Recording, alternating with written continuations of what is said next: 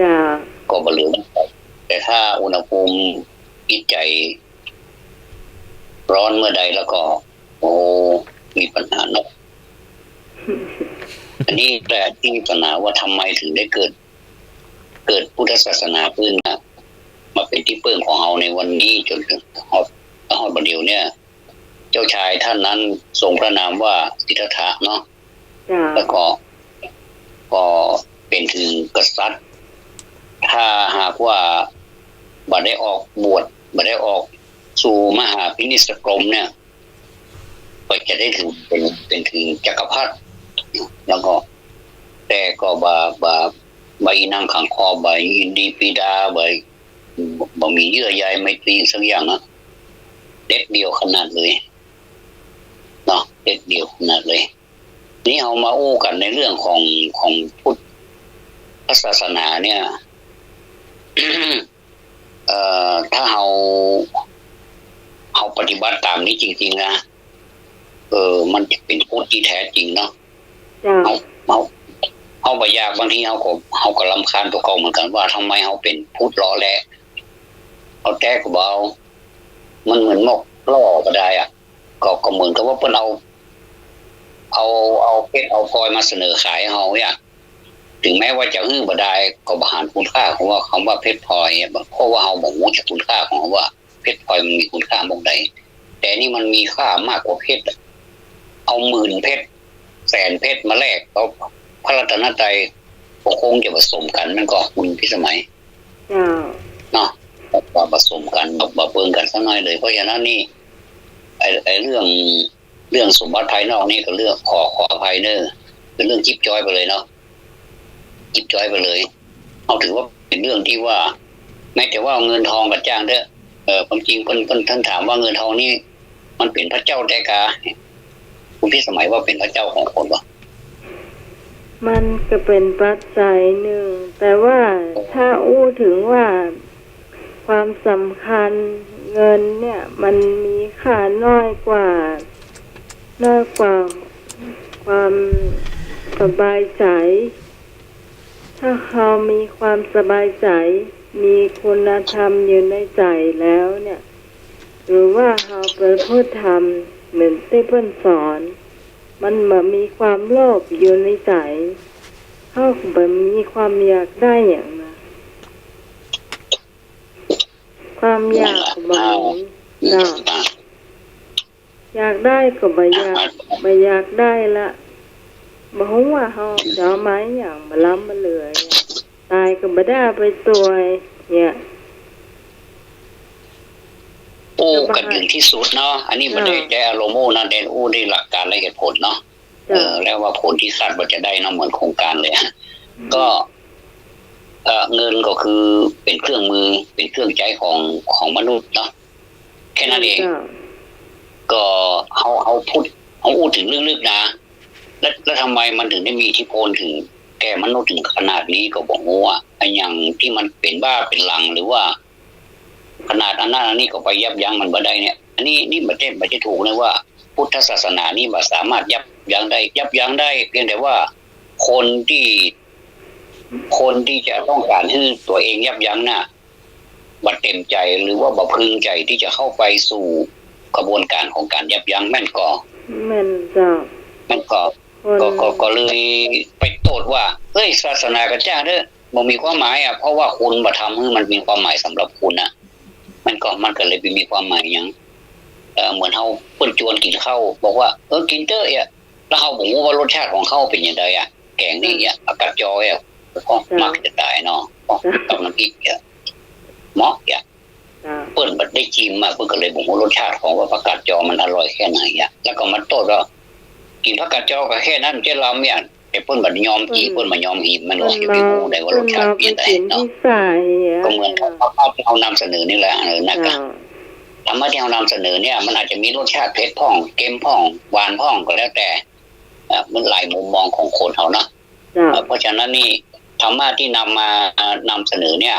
จะไปคิดว่าเอามาให้มันปวดหัวเล่นบ่ใช่นะเฮาถามไปแต่ด้วยความจริงใจว่า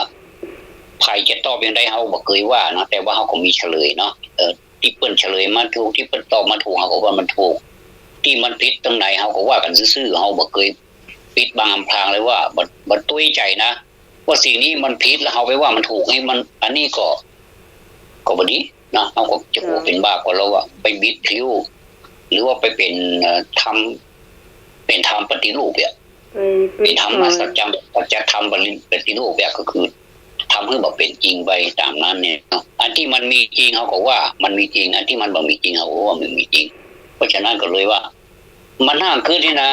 ไม่ใช่ว่าบ่คิดนะว่าเฮาถามไปแล้วเนี่ยมันยังมีเพิ่นจะฮู้หาเพิ่นจะเพิ่งใจว่าอ่ะเฮาก็ว่ากันไปซื่อๆเลยว่ามีหน้าที่อย่างนี้ก็ว่ากันไปเนาะเฮาอารมณ์บทมานักละก็ขอความเข้าใจด้วยเนาะขอความผู้ทรงดีเนื้ออาละเนื้อเจ๊กะยังไม่ได้ถามซะเนาะครับผมยังไม่ได้ถามครับอาจารย์บรรยายอาจารย์คนที่จะทำธรรมะนี่อาจารย์จะมีอย่างประกาศมีงานประชาสัมพันธ์อย่างต้องก็ครับมีก็ครับขอนิมนต์นะครับพรุ่งนี้มีงานที่ลานครูบาเนาะครบรอบแม่นจ้ะการลานครูบาศรีชัยสร้างทางขึ้นดอยเนาะวัดพระธาตุดอยสุเทพรอบแรกเนาะจ้ะวันพรุ่งนี้เคลื่อน104ก็จะถ่ายทอดสดเหมือนกันจ้ะวันพรุ่งนี้เนาะได้ยินหลวงพ่อว่ามันกันเข้าไปกราบเรียนหลวงพ่อแล้วก็หลวงพ่อว่าอนุญาตให้ไปกรุงเทพได้หลวงพ่อว่ามีงานรำลึกเหมือนกันนะเพิ่นเลยวันพรุ่งมันก็ครับแม่นจ้ะตอนบ่ายแม่นก็ครับจ้ะน่าจะเช้ามั้งไปแต่เช้าเลยกะเช้าเลยไปแต่เช้าที่ไหนอะครับที่ลานครูบาก็ก็เลยไม่ทราบเปิ้นนั้นเปิ้นสร้างถนนไปขึ้นดอยมันจัดหลายจุดนะที่วัดศรีสุดานะครับตรงลานครูบาตั้งเรื่องเนาะยืนตั้งงานเป็นสง่าราศีอยู่ตรงนั้นนะเนาะก็คุณผู้ฟังน่าเคารพนับถือสามารถฟังตามวิทยุก็ได้นะเจ้าทีมงาน104ไปถ่ายทอดสดด้วยก็หน่วยวิทยุของ 104.75 นี่ก็.75 วัน.50มันยามแต่เพราะว่าเคยจัด.5ดิบ.50 เมกะเฮิรตซ์นี่มันก็แม่เรารอเพิ่มแหม25ต่างก็เป็น75แล้วลงมาก็มีส่วนเนาะมีส่วนในการเผยแพร่หลักธรรมสิ่งที่ดีๆเพื่อให้ประชาชนได้สดับรับฟังถึงแม้ว่าบ่ได้ออกมาจากบ้านก็ฟังเนาะฟังการฟังนี่ดีเด้อฟังที่มันเป็นมงคลมันก็ดีเนาะนอกจากงานนี้ยังมีงานอย่างไรครับอาจารย์ก็ฉลองปริญญาวันที่14พฤศจิกายน2563ที่วัดพระสิงห์วรมหาวิหารครับที่ยังวิหารหลวงวัดท่านอกเพิ่นนี่แล้วล่ะกะเพิ่นสร้างแล้วล่ะกะเพิ่นบูรณะอย่างน่ะถ้าว่าวันก่อนก็ตะวาเนาะก็ไปเจริญพุทธมนต์ให้ในหลวงอยู่ครับก็เปิดได้แล้วถ้าวิหารพุทธบูรณะเรียบร้อยแล้วครับน้องครับผมแล้วก็วันที่13เดือนพฤศจิกายนก็พระสังฆาธิการก็ตรวจนักธรรมสันติที่วัดโดยสัพพัญญูนะครับก็ถือว่าเป็นงานที่ดีๆทางด้านเนาะเพราะว่ามันเป็นงานรับงานในหน้าที่ของพระสงฆ์นะสงฆ์ก็ได้รับให้สนับสนุนมาจากประชาชนศรัทธาญาติโยมถ้าศรัทธาญาติโยมว่าสนับสนุนลำพังพระสงฆ์เองก็บอกว่าจะไปหากินที่ไหนเพราะว่าเพิ่นไม่ได้เปิดช่องทางให้หากินเพราะว่าเขาบอกมีอาชีพอย่างพูดตามรักแท้ๆนะท่านอาจารย์ก็เขาบอกมีอาชีพอย่างนิมนต์เขาไปเขาก็ไปบ่นิมนต์เขาไปเขาก็อยู่วัดเก็บบ่ได้นะก็คือบ่ได้อยู่บ่ได้เขาก็ยังดูแลวัดวาอารามปัดกวาดเขาก็ทำวัดทำวาปฏิบัติกิจของพระสงฆ์นั่นดีที่สุดถ้าปฏิบัติได้ตามนี้นะครับ ผมว่าเป็นผู้ปฏิบัติหมดเลยเนาะผู้ชู จ้ะ สองงานนะครับเนาะ จ้ะ ครับเท่าที่จำได้ กับพอแล้วเนาะ สองงานเนาะเพราะว่ามันนั่นถ้าไกลๆห้องบอกประชาสัมพันธ์เด้อใกล้ๆกันแล้วกันเนาะ แม่นจ้ะ ครับผมจะขออนุญาต ไป เข้าสู่ ธรร ถาม มะ เนาะ จ้ะ ข้อแรกนะครับ ในวันนี้วันอาทิตย์ที่8เดือนพฤศจิกายน2563แรม8ค่ำเดือนนี้เนาะเดือนนี้ข้อความใดครอบคลุมหลักมักมีองค์8ที่สุด มันจะครอบคลุมหมดแต่ว่าอันใดที่สุดเนาะก็แนวปฏิบัติสายกลางไม่ตึงเกินไป ไม่หย่อนเกินไปเนาะนี่ก็ขอวิธีอบรมจิตเพื่อบรรลุความรู้แจ้งตามหลักพุทธศาสนาข้อปฏิบัติสำหรับฝึกอบรมกายวาจาฝึกอบรมจิตให้เกิดสมาธิและฝึกอบรมปัญญางอหลักดำเนินชีวิตที่ยืดหยุ่นได้ใช้ได้กับทุกคนและทุกสถานการณ์เพื่อความสำเร็จและความสุขในชีวิตรู้สึกมันจะถูกหมดแต่ว่าอันใดถูกที่สุดเนาะขออนุญาตทวนกำนอกมันเป็นคำถามที่ยาวครับข้อความใดครอบคลุมหลักมักมีองค์8ที่สุดก็แนวปฏิบัติสายกลางไม่ตึงเกินไปไม่หย่อนเกินไปขอวิธีอบรมจิตเพื่อบรรลุความรู้แจ้งตามหลักพุทธศาสนาข้อปฏิบัติสำหรับฝึกอบรมกายวาจาฝึกอบรมจิตให้เกิดสมาธิและฝึกอบรมปัญญา อัน ง นี้ อหลักดำเนินชีวิตที่ยืดหยุ่นได้ใช้ได้กับทุกคนและทุกสถานการณ์ อันนี้น้อง เพื่อความ ก็ สำ ต เร็ อ จ บ และ แล้ คว วามสุขในชีวิตเดินตอบมาได้เลยเนาะ เจ้า หมายเล ก ข รา โทร บ ศัพ ภา ท์ ษาท่านสมัครเจ้า เจ้า กราบภาษาท่านทวารเจ้าส ดู วัส ว่า ดีน้อง ที่ ไห พ ว รดูว่า สวัส ที่ ดี พรจะ ผู้ ต ร่ ร วม ง ธรรมะ ก่อ ไขเครียดทุกท่านพี่ฮอนขอตอบข้อคอควายเจ้า ข้อควายกะ อ้าว เอา จะ เอา เลย ละ เล ที่พร ย ตอบข้อควายข้อหมายมีข้อตอบในใจอ ไป ยู่ เจ็ แล้ ด ว เวก ก็ ได้เนอะไปเจ็ดเวกก็ได้เนอะ เจ้า โอ้อยู่ที่ท่านอยู่ที่ความคิดของท่านเนอะ เจ้า อ่ะฟังคำช้อยมาแล้วเนี่ยอันใดที่ท่านเพิ่งใจที่สุด สายที่สอง เจ้าน้องไม้ ไม่ได้ กับนมัสการท่านอาจารย์ท่านสมัครท่านทวารเชิญสวัสดีน้องไหมเน้อ เจ้า ธรรมะไขเครียดทุกคนเน้อ เจ้า แม่เขาตอบที่เดินสายกลางอะอย่างน้องไหม ก็ไก่ อ๋อข้อไก่ ก็ใกล้กะ เจ้า แนวปฏิบัติสาย ถูก กลาง ถูก ไม่ จะมัน ตึง เต้น เกิ เนาะ นไปไม่หย่อนเกินไปอย่า เจ้า อันเนี้ยคือตรงใจน้องไหม เจ้า อันนี้น้องไหมเล็งน้องไหมเล็งไว้แล้วอันนี้ ข้อไก่เนาะอ้าวแนวปฏิบัติสายกลาง น้องกดเล็งไว้คอเนี่ย อ่าพอคำถามดีเนอะฟังคำถามดีเนอะข้อความใดครอบคลุมหลักมักมีองค์8มากที่สุด จ้า เนาะอ้าวใส่ชื่อน้องใหม่เข้าไปตัวเลยเนาะไม่ได้ เจ้าน้องก็คืดเอาไว้ตั้งแต่แรกละ ท่านเจ้า ขออภัยจะมีความคิดที่เป็นความถูกต้องในเนี่ย สวัสดีเจ้า สวัสดีเจ้า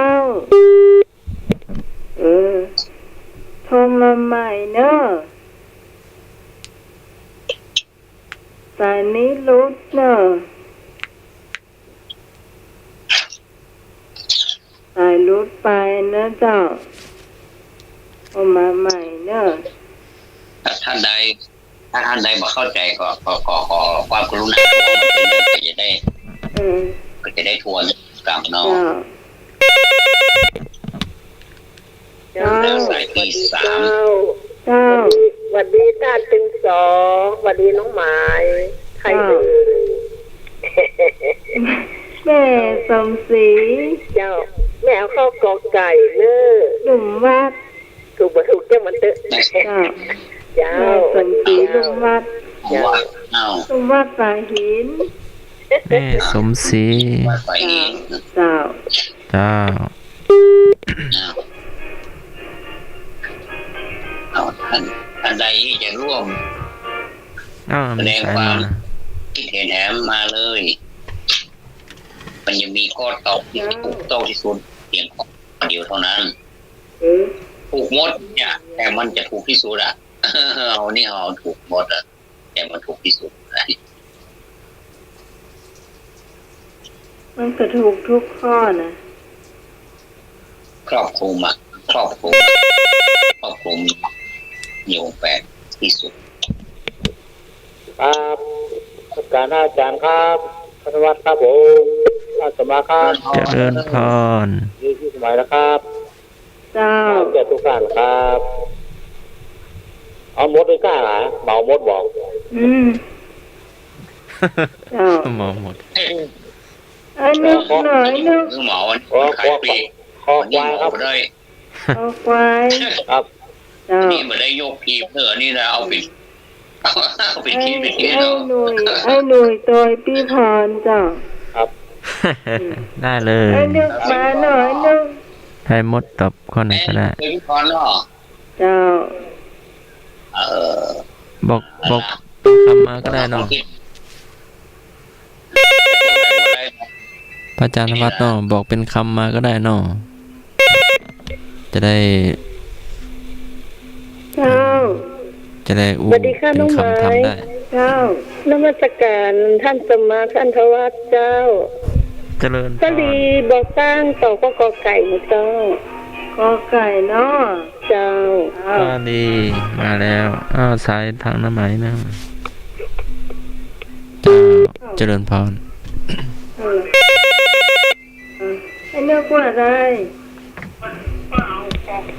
เดี๋ยวขอให้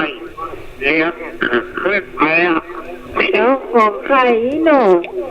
ครับขอ เอ เดี๋ยว อ เล่นแพ้ เจ้าของไข่เนาะเจ้าจังมันเจ้าเนาะ เห็นจะหมัน เอาคนเดียวเนาะ คนเดียวครับขอให้เอาเลี้ยงขึ้นไปอ่ะ เจ้า ขอให้ก็เอาลูก โอเค ขอให้ขอให้ จัดให้ ขอให้ขอละ จัดให้ มันมีขอให้มันเอาลูกหรอก อือหือ มางองูตัวเอง โอ้ โอ้ ย ได้บุญมาแล้ว นั่น ว่าบ่ได้เด้อ เอามันครบเหีย โอ้ยปุ๊กเลยน้องใหม่เด้อ เอามันครบเหียเนาะเจ้า ครับผม เจ้าไว้ศาสตราจารย์ไว้ศาสตร์ท่านทวัฒน์ไว้ศาสตร์ท่านสมัครตุยสวัสดีน้องไม้ เจ้า สวัสดีทุกคนเด้อ แม่ยัง เจ้า น้องแม่เอาไว้ปุ๊กเลยน้องใหม่นะ แม่ยัง แม่สม พระจ๋าเจ้า จำไม่ได้อยู่ ทั้งสององค์นะเจ้าสวัสดีน้องหมายเลยนะเจ้า เจ้า เจ้าสวัส แม่ ดี ก็ เจ้า เอาข้อกอไก่นะเจ้า เอาไปไม่สม แม่สม ไม่บุญเอาข้ออย่างก็กี่ ที่เดินใส่กันนะเจ้า โอไก่เจ้า สายกลางเนาะ เจ้า เจ้า เจ้าแม่สมเนาะ ไม่สมตกไม่ขาดเจ้า เจ้าแม่ เจ้ากราบนมัสการท่านอาจารย์ทั้งสองนะเจ้า สม สวัสดีพี่ใหม่เป็นนะเจ้า เจ้าน้องต้นฟ้า ใครเกียรติทุกท่านเถอะเจ้า น้องขอตอบกอไก่เจ้า โอไก่เนาะ ต้น เจ้า สวัสดีเจ้า เจ้าขอบคุณน้องต้นฝ้ายโอมาทุกที่ทุกทางผัดสลับปีเนาะสลับปีนะเจ้าทางฝ้ายก็มาแล้วบ่อสร้างก็มาแล้วทางหางดงก็มาแล้วดอยสะเก็ดก็มาแล้วเจ้าผัดสลับปีเจ้าคุณผู้ฟังท่านไหนจะเป็นตัวแทนของสารปีสักคนเหรอ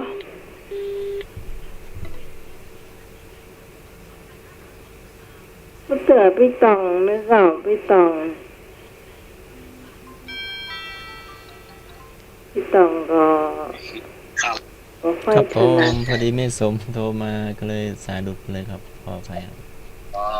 ขนาดกันมันคือหน้าจอฮะนะรับสายอื่นอยู่เหรอ วันนี้ไปถึงไหนแล้วหมูก็เลยหมูไข่ตอกข้อไหนเนาะ มีไอ้ายนึกแม่บุญแม่สมน้องต้นฝ้าย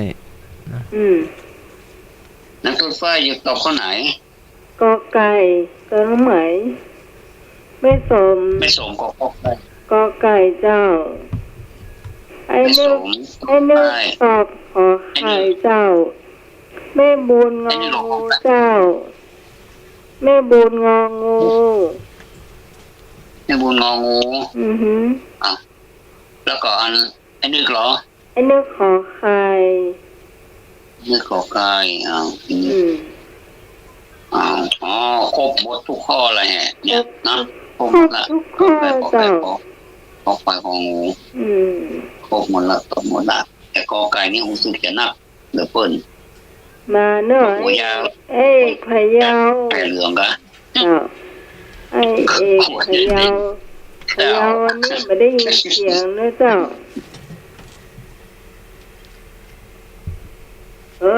แม่ ตุ่มพอสมควรที่เวลาเอาจะเลยแล้วบ่ เดี๋ยวแม่สุรีเหรอป้าสุรีอ่ะพ่อเองก็ท่านสมัคร หมูเนี่ยตะกี้มันโทรศัพท์ตัดไปอ่ะ ท่านจดแต่แม่สมตรงไอ้ต้นฝ้ายน้องต้นฝ้ายแม่บุญ ก็ รู้สึกว่าเป็นเข้าตังปูนน่ะเข้าตังท่านสมัครอ่ะป้าสุรีบอกสร้างอ่ะเพิ่นบอกอ่ะ โทรมาใหม่ก็ได้เนาะ โทรมาใหม่เนอะแม่ป้าสุรี เพิ่นมาโจบัตานเหมือนธนวัฒน์เนอะเจ้าป้าสุรีโทรมารอบเจ้า เจ้าจะได้หัวไข่ตอกข้อไหนเนาะ เจ้าเจ้า วัจุลีเอากอไก่เจ้า อ๋อเจ้า บอกไก่เนาะโอเคขอบคุณมากนะ เจ้า การที่สารมันถูกตัดขาดไปเดี๋ยวเกี่ยวไปสุขครู่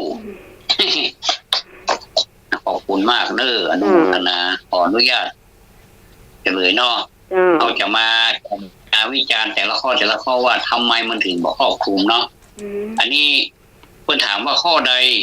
ครอบคลุมหลักมรรคมีองค์แปดที่สุดอ่ะนะจะเฉลยข้อไหนก่อนข้อกอของเก่งใจเอาข้องอขึ้นมาเนาะเอางอ หลักดำเนินชีวิตที่ยืดหยุ่นได้ ใช้ได้กับทุกคนและทุกสถานการณ์เพื่อความสำเร็จและความสุขในชีวิต มันบอกครอบคลุมเด้อเนาะมันบอกครอบคลุมเด้อก็ขอวิธีอบรมจิตเพื่อบรรลุความรู้แจ้งตามหลักพุทธศาสนานี่ก็กล่าวถึงจิตอย่างเดียวอ่ะไม่ได้ครอบคลุมถึงกายวาจาด้วยอ่ะเนาะก็ถือว่านี่บอกครอบคลุมเด้อระหว่างข้อกอกับข้อคอนี่สู้กันเด้อถ้าอันใดประกาศก่อนอันนั้นบ่ถูกนะเอาลองไผว่าเอาไผลองตายว่ารู้ว่าเอาจะประกาศอันใดก่อน อาจารย์สมาก็อาจารย์สมาผมได้ตอบด้วยอาจารย์สมาว่าผมจะประกาศอันใดก่อน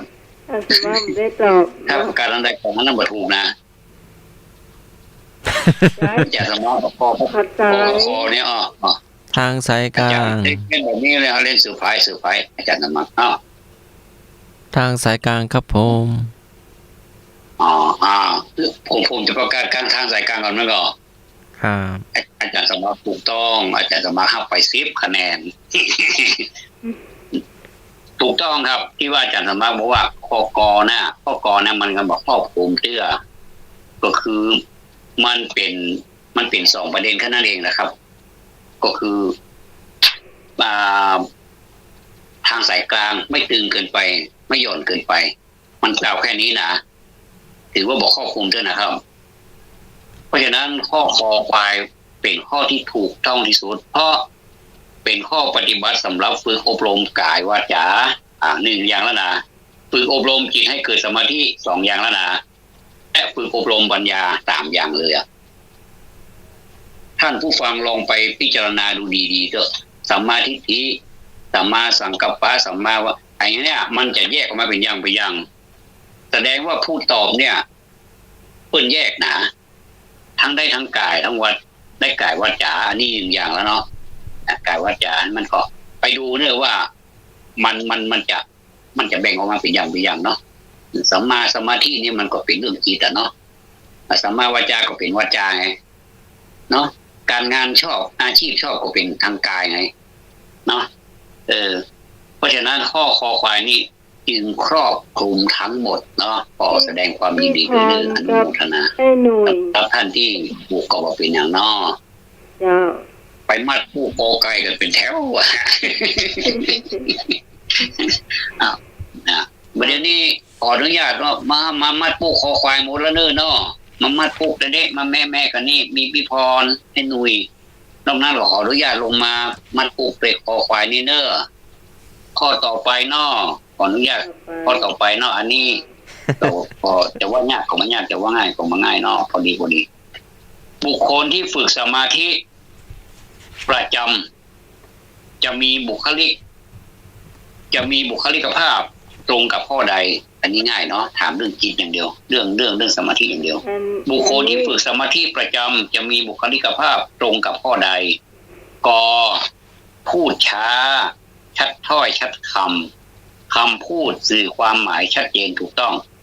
อันนี้ก่อนนะขอมีความจำดีเลิศเรียนหรือสอบได้คะแนนดีเสมอขอสุขภาพ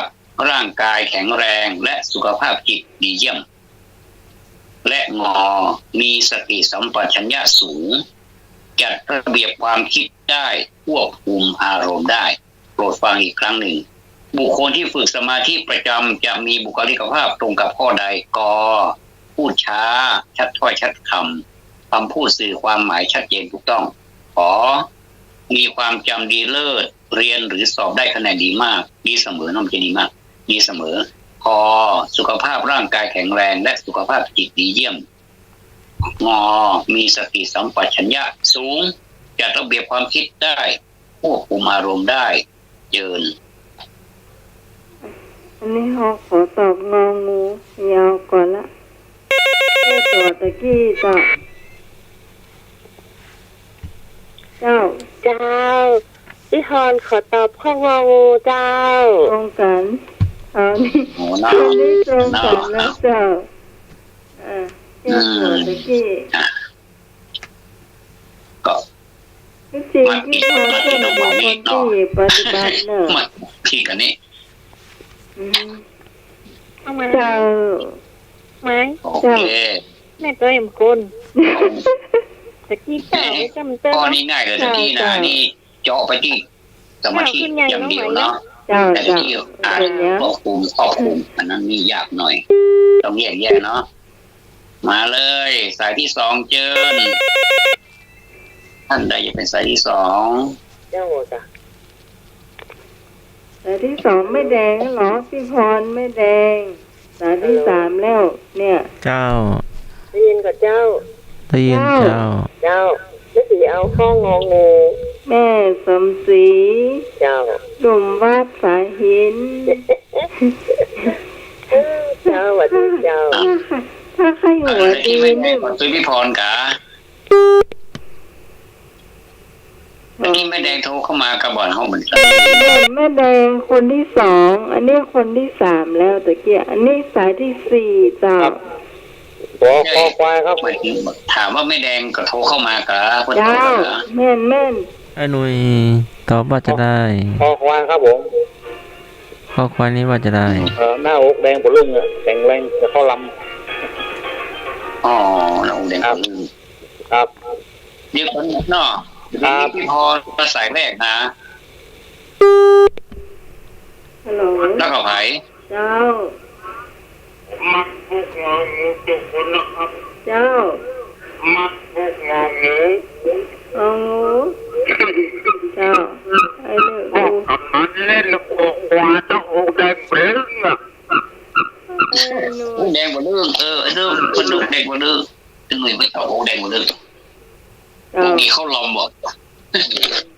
เจ้านี่ไอ้นึกเอาหมู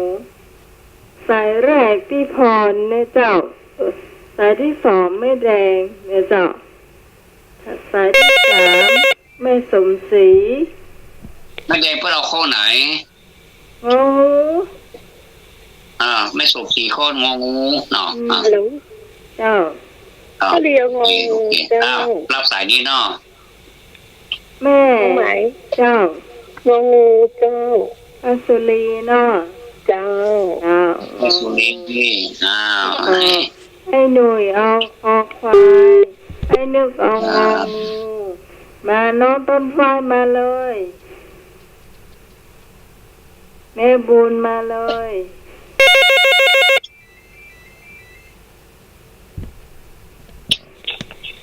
เจ้า สวัสดีเจ้าน้องหมาย เจ้า เจ้าน้องหมายเอางองู โอ้แต่ละปีสุพิษ สวัสดีเจ้าน้องหมาย ก็ต้องหาขนาดเลย น้องหมายเอางองูเด้อ เจ้า เจ้าขอบคุณนะเจ้าสวัสดีเจ้าสบายดีเจ้า บายดีเนาะก็ต้องหาเนาะอ้าวนี่ แม่เนาะเอา ปีสุพิษจังการนะเจ้า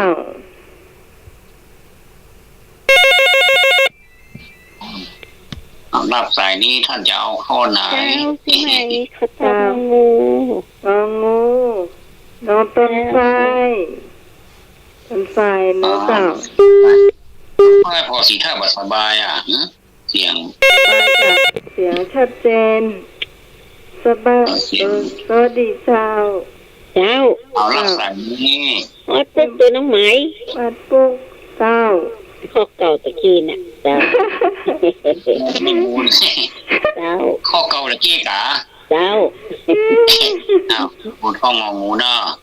เย่ เจ้า ข้อเก่าตะกี้นะว่าคนตอบเป็นปัญญาดีแต่นึกว่างองูเดี๋ยวว่าข้อเก่าตะกี้นะงองูนะอ้าว มี ท่าน ไป ใดจะ แถม ร่วมรายการแอมเรือแอมสองข้อนี้มีไปเอาเดนเนอร์ยังมีไปเป็นเจ้าของเดนเนอร์ มีไปแถม สามารถปลูกอย่างงองูนี่ พี่ ป สา ลูกกระ รี สุนนี่ แม่นวลตาแดดเจ้าแม่นวลโหเนอะวันนี้ไม่ได้ยินเสียง ข ต้น อบ นะ คุณเนอะในความได้รับความสนใจมากมาย ยิ่งเขาตอบนัก มันก็ยิ่งเกิดปัญญานักเนาะเกิดความหลากหลายทางปัญญา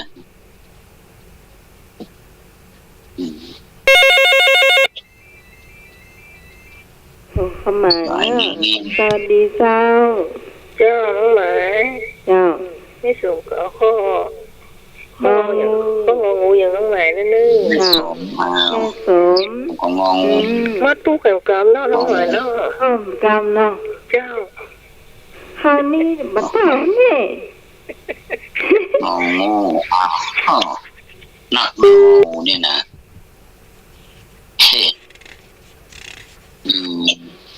มีไอ้นุยสุขภาพแข็งแรงที่เขาลำเนาะแดงกระดึงหมดคนว่านะ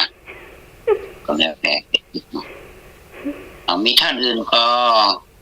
เดินเนอร์สายว่างอยู่นอ ไอ้บ่าวธงชัยหายไปไหน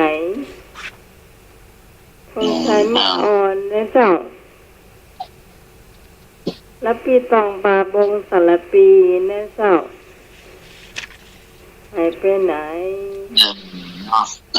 เอาตีเป็นว่าทุกท่านเลยด้วยเนาะทุกท่านมาเลยสุภาพบุรุษก็ได้สุภาพสตรีก็ได้วัยไหนก็ได้ถ้าได้ยินเสียงนี้แล้วทราบแล้วเปลี่ยนเนาะ กลับแล้วเปลี่ยน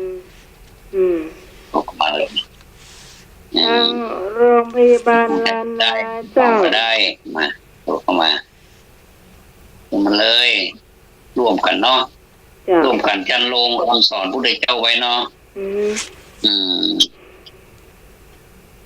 แม่บุญพินนะเจ้าโรงพยาบาลลานาฟังอยู่ก็โทรเข้ามาได้นะเจ้า ในกระทั่งเวียงป่าเป้าได้ยินเสียงนี้เราจะต่อกดเจอเนาะเวียงป่าเป้าก็สเก็ตสเก็ตก็แค่นั้นสเก็ตน้องคุณฝ้ายก็เขาเข้ามาแล้วเนาะ เจ้า เจ้า น้องแฟงเนาะ เจ้า มาแล้วพี่ตอง เจ้าว่าได้ไปไหนแล้วมีเนี่ย อยู่เนี่ยป่า เจ้า อยู่ในประเทศไทยเนี่ยมันก็ เจ้านมัสการท่านทวัฒน์นะเจ้า ท่านอาจารย์ตวยสวัสดีน้องใหม่ตวยเนอร์แฟนๆธรรมะคลายเครียดทุกๆคน เจ้า เอางองูตะเปิดได้เด้อ เจ้า เจ้า พี่ตองเป็นอารมณ์ดีเนาะ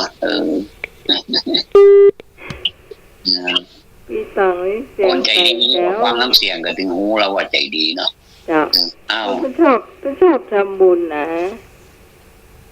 ทำบุญครับ อืม ธรรมะใครเครียดเฮานี่เป็นคนใจดีกูคนอ่ะ แม่น โอ้เข้ามาเนี่ยฟังน้ำเสียงแต่ละท่านเถอะ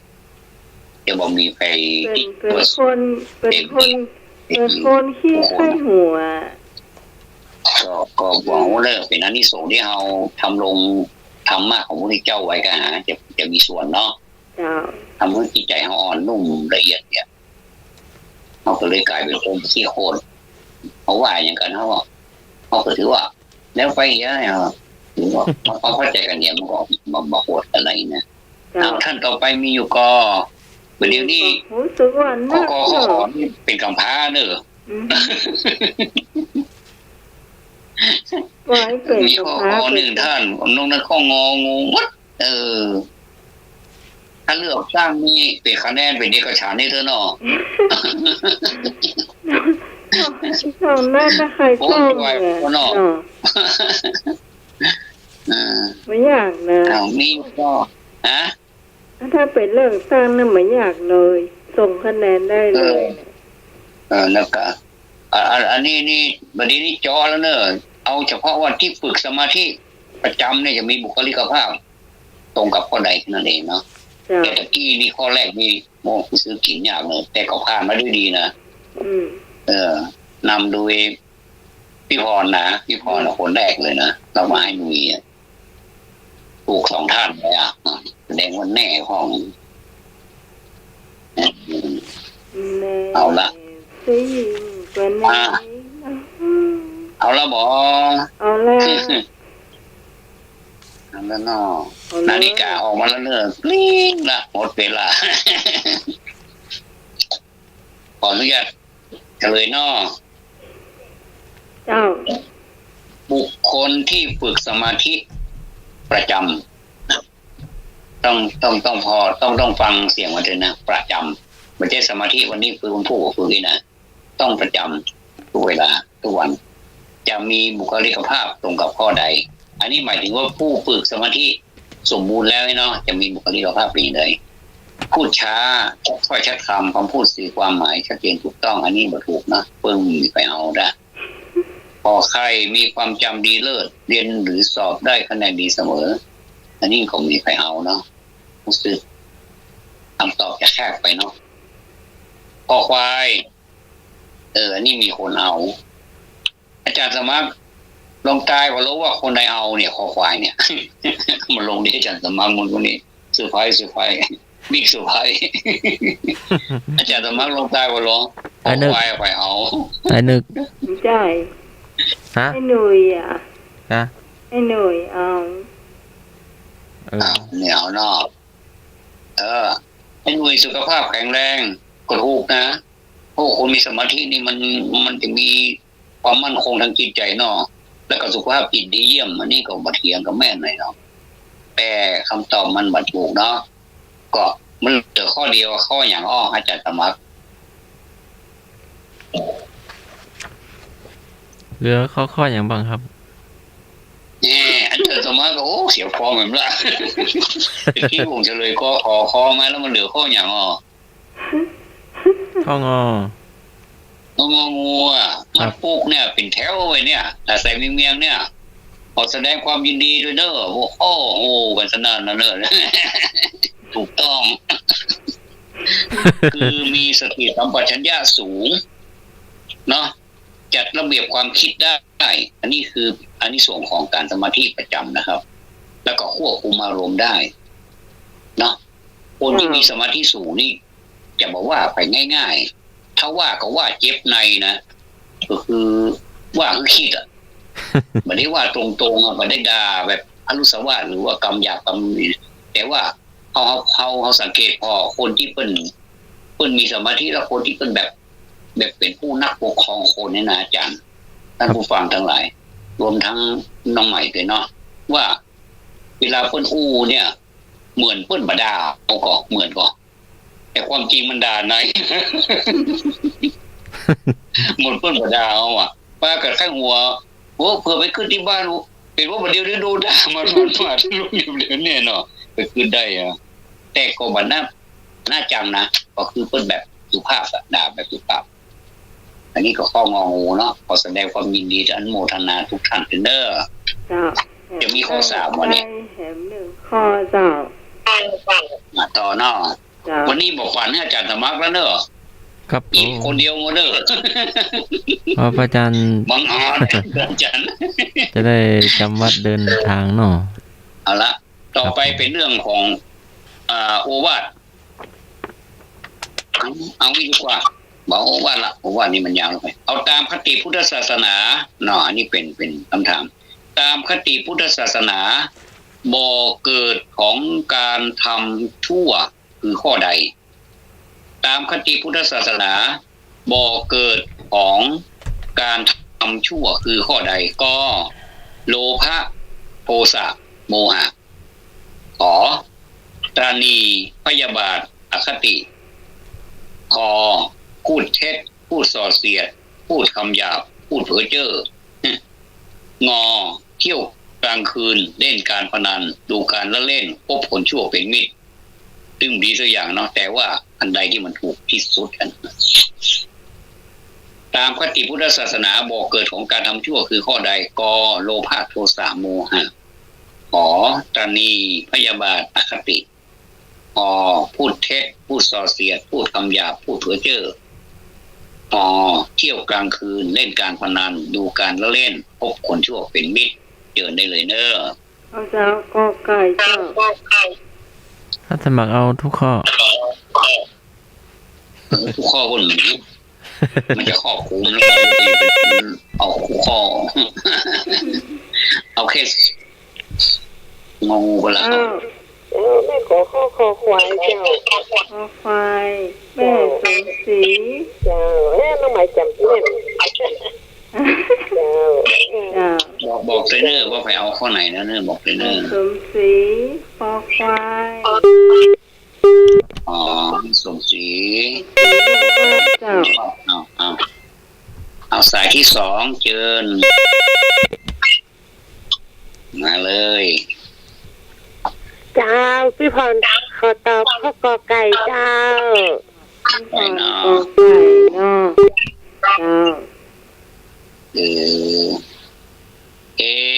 อันน้องหมายมีความคิดเหมือนกันก็เอาไปยาวต่อไปก่อนเรียกไปอู้สายนี้ว่ายายก็ไก่เจ้าน้องต้นฝ้ายเจ้าสวัสดีเจ้าต้นฝ้ายข้อไหน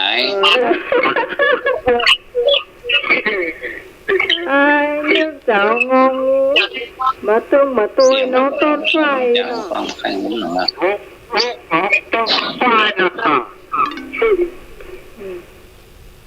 มาตุ้ยน้องต้นไฟเนาะวงตังหาได้ค่ะเป็นไทยหญิงเขาเกิดเป็นเพื่อนไปช่วงแต่เนาะยาวไปเลยยาวนี่มันจึงเล่นล้วนอ้าวตะกี้นี่ต้นเอาบ่ได้ยินเนาะมันเป็นการแทนต้นไฟก่อไก่ให้นึกงองูไก่ก็งองูให้นึกเจ้าน้องไม้เจ้าบรีข้อคอควายเจ้าเลียวคอควายค่ะคอควายเจ้า แม่โส เจ้าขออธิบายอย่างกรรมเจ้าเข้าชอบใจเจ้า จะแม่สมโทรเขาเข้าเครื่อง052เนาะเพราะอาจารย์ธวัฒน์อยู่ในสายหลุดไปแล้วเจ้า ท่านสมัครก็อย่าฮับกะ ถ้าโทรมาก็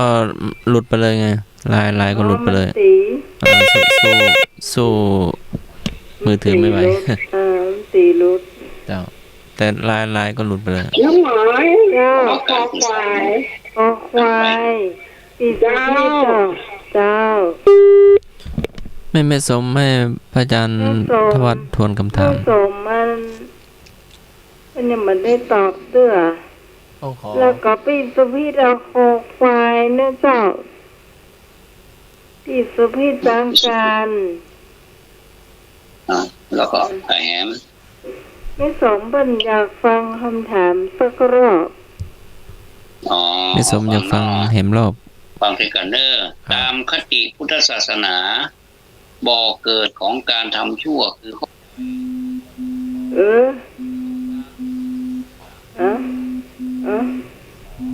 รุดนะ แม่จันทองโทรเข้าเบอร์นี่เนอะ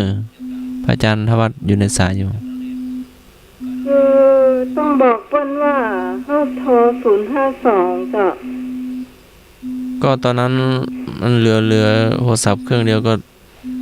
ตอนนั้นเปิดสายหันสมัครเขาเลยจำเบอร์ไว้คนผู้ฟังที่ฟังอยู่นะเจ้าโทรเข้าหมายเลข052-010-462นะเจ้า052-010-462นะเจ้าว่าถ้าโทรเข้าสายท่านสมัครสายท่านธวัฒน์รุดเนาะผู้ฟังที่จะตอบเนาะว่าจะเป็นแม่สมแม่จันทรห้วยทรายนะเจ้า แม่จันทองเจ้าแม่จันทองโทรเข้าเบอร์นี้เนอะพอดีพระอาจารย์ธวัฒน์อยู่ในสายเครื่องหัดสมัครเนาะ052-010-462เจ้าแม่จันทองโทรมาไลน์ก็เลยล่มไปแล้วโทรไลน์พระอาจารย์ธวัฒน์อยู่ในสายท่านนิมนต์พระอาจารย์ทบทวนผมก็เลยบอกว่ามีเพิ่มเติมไผ่พ้องที่ไหนข้อไหนยังไม่ได้เพิ่มเติมเนาะยังว่ามีตะกี้แม่จันทองโทรเข้าเครื่องหัดสมัครเลยพระอาจารย์อธิบายน้อยเดียวตะกี้อันไม่จันสมไม่สมเพิ่นก็เลยฟังว่าสูตรกรรมก็เนาะครับผมว่าไม่ก็ได้แล้วเนาะตามคติพุทธศาสนาบ่อเกิดของการทำชั่วคือข้อใดกโลภะโทสะโมหะขอตณีพยาบาทอคติขอพูดเท็จพูดส่อเสียดพูดคำหยาบพูดเพ้อเจ้องอเที่ยวกลางคืนเล่นการพนันดูการละเล่นคบคนชั่วเป็นมิตรครับงอก็ถึงงอเนาะข้อเจ้านี่นะไม่จะข้อว่าตามเสือถ้ามันถูกทุกข้อเลยนะเอายาวถูกทุกข้อ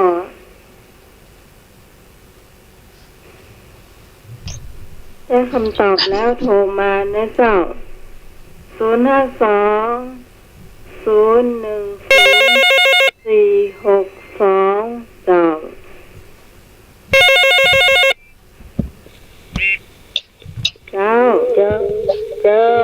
ไหนเจ้ากอไก่นะเจ้ากอไก่เนาะเจ้าไม่สม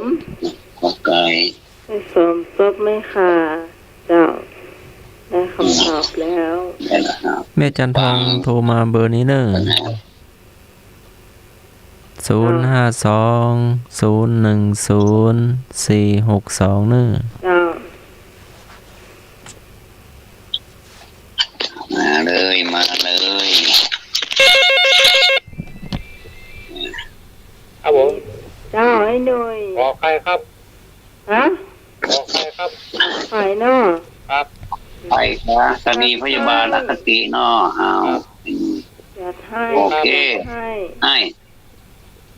ออกไข่ออกไข่ ตะเกียนึกว่าต้นมาตัวต้นไฟแล้วไปเอางองูป่น ต้นฝ้ายโทรมาหรือยัง พอแล้วเอากอไก่ ออกก็ใกล้การหน้ากะดีการสื่อสารเขาเดี๋ยวนี้มันขาดขอโทษเนอร์เดี๋ยวชื่อมันไปตกแค่นี้ ฝ่ายขอไก่นอ เจ้า เอาไอ้นึกเหรอโทรมาล่ะ ไอ้นึกโทรแล้วเพิ่นก็ต้องว่าเพิ่นมาตัวน้องต้นไฟแล้วไปเอางองูป่น อ๋อเพิ่นเอาอย่างงองูกันนึกอ่ะ เจ้า อ๋อเป็นอย่างอ่ะเป็นความคิดของท่านเนาะท่านคิดว่ามันเป็นอย่างนั้น ไม่แดงโทรมาอย่างนี้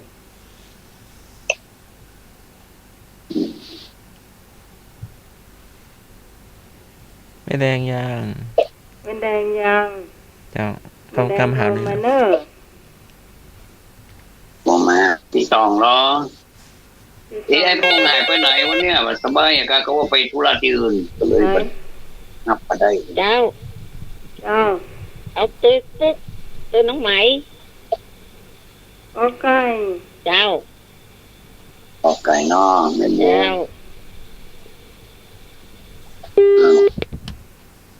เจ้าของทุกข้อลำนี้เนี่ยนะแต่ว่าข้อใดมันจะน่ากลัวกัน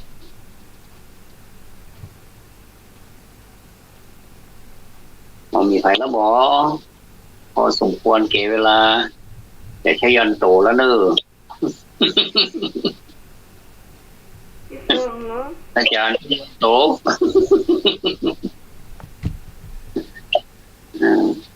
เรื่องงามยามดีแล้วครับขออนุญาตเฉลยเนาะตามคติพุทธศาสนาบ่อเกิดของการทำชั่วคือข้อใด ถ้าเราไปดูธรรมะบ่อยๆนะเราจะฝังใจเลยเราจะจำพิจารณาเลยว่า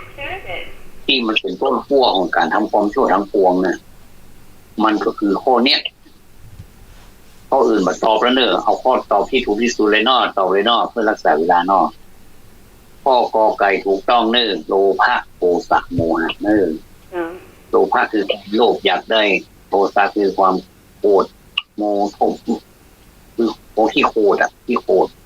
แล้วก็โมหะคือความหลงนะ จ้าน อกจากนี้แล้วที่ความตนีพยาบาทอคตินี่มันยังมาเป็นผลมาจากโลภะโทสะโมหะเพราะว่าจะเป็นผู้เท็จผู้ส่อเสียดนี่ก็เป็นผลมาจากโลภะโทสะโมหะและก็แม้กับเที่ยวกลางคืนในการพนันดูการเล่นพวกคนชั่วเป็นมิตรก็ผลมาจากโลภะโทสะโมหะตัวใดตัวหนึ่งหรือว่า3ตัวรวมกันแสดงว่าโลภะโทสะโมหะนี่เป็นที่ใหญ่เป็นต้นขั้วแห่งความชั่วทั้งปวงเนาะ อันนี้ก็เป็นข้อถูกที่สุดเนาะโอ้วันนี้ได้หลายข้อได้โอ้ส่งกรรมกรรมขาดนานแล้วอาจารย์เมาสักข้ออาจารย์มีสักข้อว่า โลภะโทสะโมหะครับ แต่ก็อยากได้หมดนั่นน่ะ แต่ก็เลยเลือกเอา3ข้อครับ เอาแต่ที่อาจารย์จะตอบข้อใดเสีย จะเอาหมด แต่ว่าเลยเปลี่ยนใจมาเอาโลภะโทสะโมหะ อ๋ออาจารย์ก็ตอบการโลภะโทสะโมหะเนี่ย ครับผม ต้อง ชอบในใจ นะอันนี้มันเป็นต้นมันเนาะต้นตระกูลของความชั่วทั้งปวงอะโลภโกรธหลงนี่นะเนาะเพราะฉะนั้นถ้าเอาอู้ถึงโลภโกรธหลงมันนั่นก็เป็นบริวารมันหมดเนาะ เป็นลูกน้องอะครับ เป็นลูกน้องมันหมดอะครับ มันเป็นผลของโลภะโทสะโม ควา หะ มอิจฉาความวันนี้เนาะหลายๆอย่างข้อเนาะ ความหมายมันลึกเหมือนกันเนาะ ครับ วันนี้แสดงว่าหมู่เฮานี่คือหูความหมายลึกๆเนี่ย ตะกี้นี้อู้ค้างไว้น้องใหม่เนาะขอเวลา2 นาทีเกินก็คือมีความคิดอย่างนี้นะว่าขอช่วยทำสถิติไว้สำหรับคนที่มันตอบมามันเป๊ะเป๊ะเป๊ะเนี่ยเขาจะขอคัดไว้นะแล้วก็ถ้าเพิ่นมีการตอบปัญหาที่ไหนเขาจะส่งไปตัวแทนเนี่ยในนามของธรรมะไทยเทียนเนี่ยหันไปก่อนอันนี้ประชุมเล็กๆเนอะหันไปก่อนเนาะ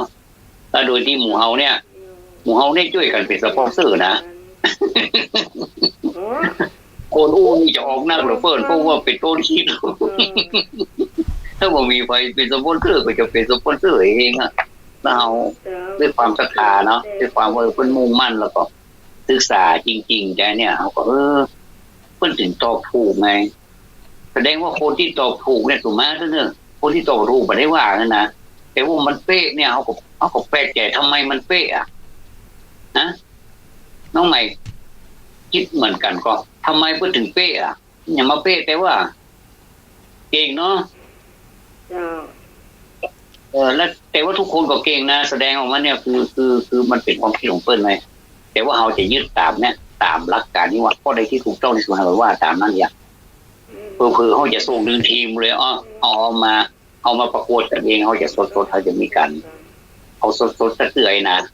แล้วเขาก็จะคัดใน5นะว่า1 2 3แล้วเขาก็จะส่งที่ใดที่มันแบบว่าที่คนแบบมีคนเก่งนั่งๆเขาก็จะเอาส่งหัวกะทิเขาไปชิงเนี่ยมันก็จะเป็นการทำมันก็เซอร์ไพรส์ดีแต่เขาถ่าย อันนี้เขาคิดบ่ได้เนอะทุกท่านนะไม่ใช่ว่าคนที่ตอบเป๊กผมอย่างเดียวนะทุกท่านมีสิทธิ์ที่จะเข้ามาเนาะโอเคเนาะอันนี้นี่เป็นว่ากันเนาะลองฟังเสียงไม่แดงเนาะเอาอาจจะส่งเป็นหลายประเภทกันได้หรอ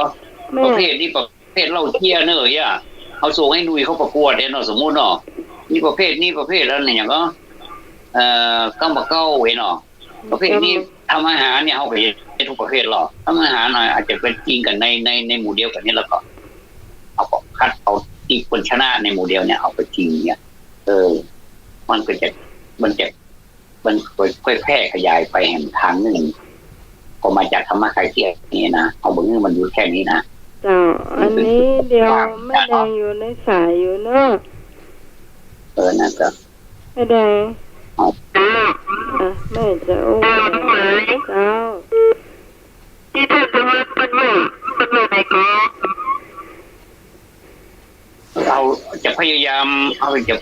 อันคือหมู่เฮาเนี่ยได้มีความแกล้วกล้าแล้วก็มีความอย่างไรกล้าหาญในสิ่งที่เขาทำรายการเนี่ยเนาะเขาจะส่งไปทุกสาขาเลยสาขาถ้ามาก้าเขาก็จะส่งไปนั่นก็แต่ถ้าต้องเขาจะส่งไปดีกว่าแค่ว่าเป็นสุภาพบุรุษเนื้อแม่นะขึ้นอยู่วันนี้มาได้นะเจ้าแต่ก่อนนี้แม่ไม่ค่อยสบายมาอย่างเนาะตั้งแม่ฟังธรรมะอย่างนี้นะรู้สึกว่าชีวิตของแม่นี่ดีขึ้นจังนะตั้งแต่ที่มาสบายเป็นอย่างแรกนะเราก็ทำอย่างทำจิตใจสบายมาโคตรแต่ก่อนนี้ขี้โคตรที่อย่างนั้นตั้งฟังธรรมะทำอย่างนี้เนี่ยมันดีนะน้องไหมเจ้าเขาท่าเนี่ยเอากระส่งไปหมดส่งไปหมดทุกสาขาที่เพิ่นมีการตอบกันไหนจะมีอันนี้เป็นโครงการในใจนะคิดมาเมื่อแล้วนะว่าเอาจีบเอาให้เพิ่นตอบมันเสียประโยชน์บ่ได้อย่างให้เพิ่นแสดงออกมันแพร่กระจายออกไปยิ่งทำไปไกลเมื่อใดนี่เขาจะเกิดอันนี้ส่งต่ออันนั้นเนี่ยน้องหมายว่าเหมือนกันพออันนี้ส่งเขาจะเกิดต่ออันนักขนาดแล้วมันจะแพร่กระจายไว้เนี่ยเขาบอกต้องการให้อยู่เฉพาะกลุ่มนี้นะเขาให้มันไปแบบไปทั้งนี้เลยทั่วไปหมดเลยเนาะแต่ก่อนเราฟังเพลงเป็นน้องใหม่เนาะแล้วประเดี๋ยวนี้ได้ฟังเพลงฟังธรรมะเป็นอย่างลูกมาเจ้าก็ได้ฟังแต่ก่อนไม่ฟังแล้วที่ฟังแต่สบายอย่างนี้นะจะดีน้องใหม่ ไหม เจ้า มีสมาธิด้อยจิตใจตั้งด้อยเขาเป็นมาสบายหนาจะดีไปจนขอบคุณแฟนธรรมะทุกคนเลยขอบคุณพระอาจารย์พระตนผู้องค์เลิศที่สั่งสอนมานี่นะแม่อยู่ได้พอวันนี้ก็เพราะธรรมะเนี่ยนะ เมื่อก่อนนี่ ว่าเอาไม่คิด เมื่อก่อน เพื่อแผ่กันเนาะเพื่ออาทรกันแก เนาะ อืม ก็ เป็นพี่เป็นน้องกันมิตร อืม เดี๋ยวนี้วางได้ก็อย่างว่า เมื่อก่อน อยากจะเกิดก็ปล่อยมันเกิดเนาะ เจ้าแม่เมื่อก่อนที่เราอาจจะโลไปดังเพลง ฮะ เมื่อก่อนเราอาจจะโลไปดังเพลงเนาะอืม เขามีผู้รู้มากมายนักปราชญ์มากมายเนาะเขาก็จะเอาเรื่องนี้ไปปรึกษาหรือผู้รู้ทั้งหลายเนาะว่าเขาจะแย่เยี่ยสมควรก็จะสนับสนุนเนาะถ้าเพิ่นว่าก็แล้วแต่ท่านเจ้าเขาก็ทำกันเองแต่ว่าถ้าเพิ่นจะมีข้อแนะนำอย่างเขาก็ยินดีครับเนาะถ้าเพิ่นบอกว่าได้สักอย่างเขาก็ยินดีเหมือนกันนี่เนาะก็คือว่าปล่อยเขาเป็นอิสระก็เอาทำความดีบ่จำเป็นจะต้องมีข้อแม้เนาะทำไปเถอะทำได้เท่าใดก็ต้องอ้าหน้าพี่นะอันนี้มีความคิดนะความคิดอาตมาเป็นอย่างนี้นะแล้วก็ทุกท่านก็หันไปเนาะ เจ้า ไอ้นี่ก็แน่ นะครับ เจ้า นะครับ เจ้าคุณเจ้านางเจ้าแม่เนาะ นี่อันนี้แม่แดงเพิ่นมายืนยันเองเนอะว่าแต่ก่อนนี่เป็นคนที่ใจฮ้อนเนาะที่โหดเนาะแต่เดี๋ยวนี้ฟังจากน้ำเลี้ยงเสียงปากเพิ่นละอ๋อมันเกิดความสบายใจอะเพิ่นอู้เป็นแนวเดียวกันคือมีอารมณ์ดีนะคือเฮามีเอื้อเผื่อแผ่กันมันม่วนอันเนี้ยอันนี้คือเจ้าพูดนะอันนี้คือเจ้าพูดถึงแม้ว่าเขาจะได้เนี่ยเขาก็จะได้พูดกันไปแห้งหน่อยแต่ว่าเขาก็ด้วยความจริงใจเนาะเขาก็โค้ดให้กันแล้วมีใครโค้ดให้กันคนนี้เนี่ย ครับผม เขาว่าเขาจะโค้ดเอาโอ้โหเราไม่รู้ ตามปัญหายากเสียอีริวไอ้ก็ไม่ใจเนอะ อ่ะโง่ไปหน่อยนะขอบคุณมากเกิน2 นาทีเกินวัน เอาวันนี้ก็ตอนนี้ก่อนบอกปัญหานอกชั่วโมงฝ่ายนะมีอย่างแสดงความผิดหันมาเจิญมา ครับผม เจ้าก ราบนมัสการท่านทวัฒน์แล้วก็ท่านสมัครครับผม มาแล้วให้พบปะจาง สวัสดีคุณพิสมัยแล้วก็สวัสดีทุกท่านทุกคนนะครับผม เจ้า สถานีเบิ้ลปิดแล้วก็เข้ามาเมื่อเดียวเนี่ยครับที่โทรเข้าคุณพิสมัยแล้วก็โค้ดแล้วก็มันติดต่อกันมาได้ละ ครับแล้วมันรู้จ้ะ ครับ เป็นยังครับเพราะว่านี่ก็จะโทรเข้าไปแท้เนี่ยครับมันรุดผมเป็นยังก็ถ้ามันรุดของเขาโทรเข้าเบอร์นี้ก็ได้ครับผมครับผมสวัสดีครับผม จากต่อไปเขาจะไปกำบะเก่าแม่นก็อันนี้กำบะเก่าเนอะไอจะเอามากำบะเก่า อาจารย์เขาจะพักผ่อนนอน คำบอกเขานี่ใช้เวลากี่นาที กำบะเก่านี่ มันจะเขาจะสติก่อนเขาจะประเมินดูก่อน อ๋อ ถ้ามันเมินลงไปเอาจะขออนุญาตพักผ่อนก่อนเนาะ ขอสัก เตรียมตัวไปกรุงเทพพรุ่งนี้เนาะประกาศ 2-3 เนาะ กำ ไป เนาะ กรุงเทพไปทำภารกิจสำคัญอย่างหนึ่งเนาะ เจ้า อาจารย์จะไปเรียนเทศเนาะ จะไปสอบความรู้ของตัวเก่าว่าตัวเก่ามีความรู้มากใดถ้ามันความรู้บัดเติงเรื่องเขาปิกมาชาร์จแบตเตอรี่ใหม่แล้วก็ปิกก็ไปสู้ใหม่อะเนาะ อือฮึ อย่างเงี้ย ครับ สอบ ครับขอให้สอบผ่านสอบได้ อันนี้เอาก็บอกเก่ายาวก็ ก็แล้วแต่ว่าใครจะเสนอมานะเจ้า คนจริงเดี๋ยวนี้ป้ากับใจว่าตรงกันเนอะอู้ซื่อๆอ่ะอันบอกว่าใครพักผ่อนแต่ว่าตะกี้อานิสงส์ของธรรมะไหนถ้าจะแหงตาเป่งลึงแม่มละ ตาเพ่งเลยครับ ทำไมคนไหนแล้วต่อไปเอาถ้ามันบ่ไหวแล้วก็จะบอกเนื้อเนาะ ครับผม ถึงเวลา11 โมงบอกอยู่ถ้ามันแบบนี้เขาก็จะบอกว่าหน้าเสือบอกจะนอนแล้วเนอะเนาะตอนนี้มันนอนเสือเนาะเอาเลยมากกรรมเก่ามาเข้ามาไอ้คือดีอย่าง อาจจะเสนอมาให้หน่วยเสนอมาก็ได้เจ้ามีความประกอบในใจ ไหวแล้วอันนี้ส่งของธรรมะให้บัตรลูกไหวอ้าว ฮัลโหล ใจดีมาก เจ้า กรรมเก่าเนาะ อืม อย่างก็เลยเป็น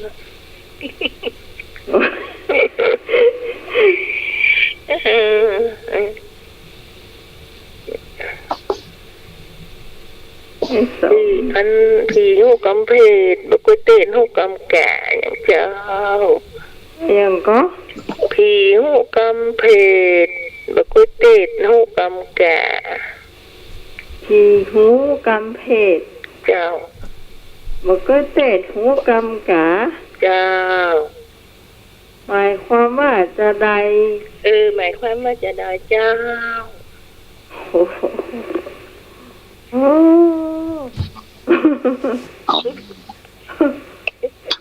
ถ้าจะน้อยพอ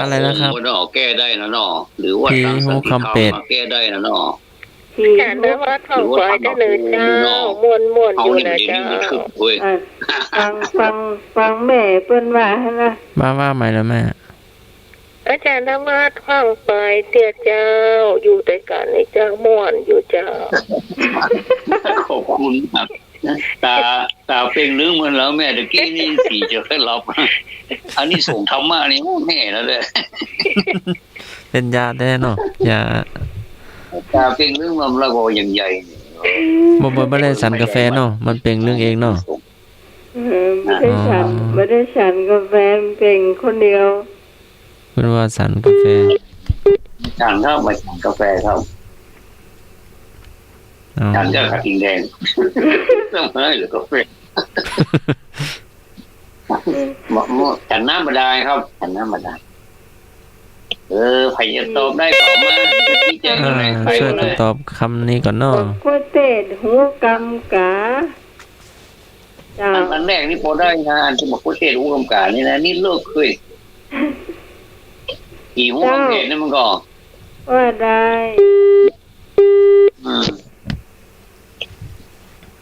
ท่านใดที่จะพอจะมีความคิดเรื่องนี้ห้องมาเจอเนาะมาช่วยกันเนาะที่จริงแม่น่าจะอธิบายเลยเนาะจะได้ช่วยกันเติมแก้ปัญหาเลยมาแก้ปัญหาข้อนี้เจ้ากำบักเก่าแต่เนี่ยมันเคยได้เลยอ่ะโอ้นี่เก่าเนี่ยนี่โหภูมิปัญญาคนเมืองนี่มีนักเลยเนาะแต่เขาบอกโอนมาได้เนาะเลิกคิดถึงไม่แดงว่าอย่างใดไม่แดงกำลัง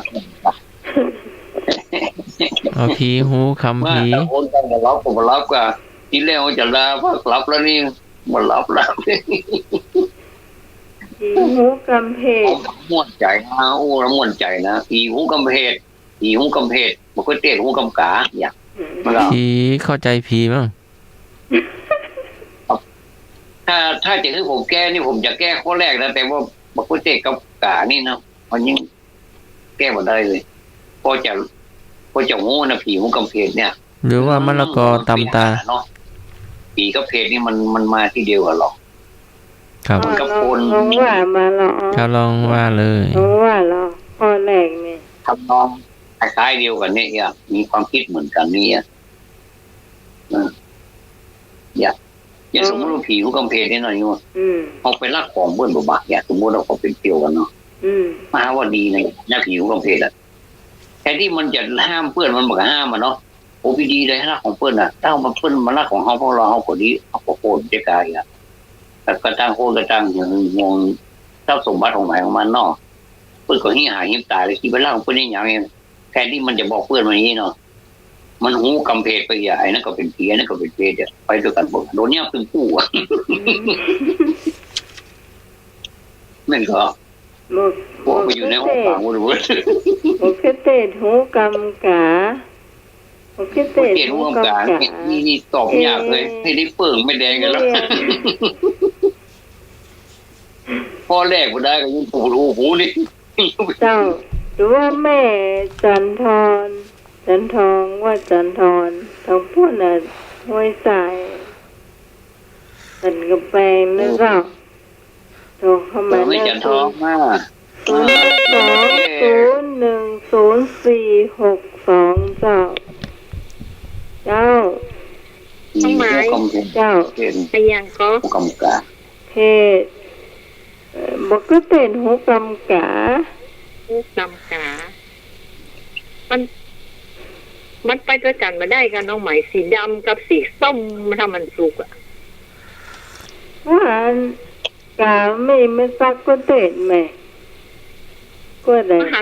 หันตีสีส้มๆนี่ มันนึกว่ามันนึกว่าพี่กะ ใครถามตะเกียบ แม่จันสม แม่จันสม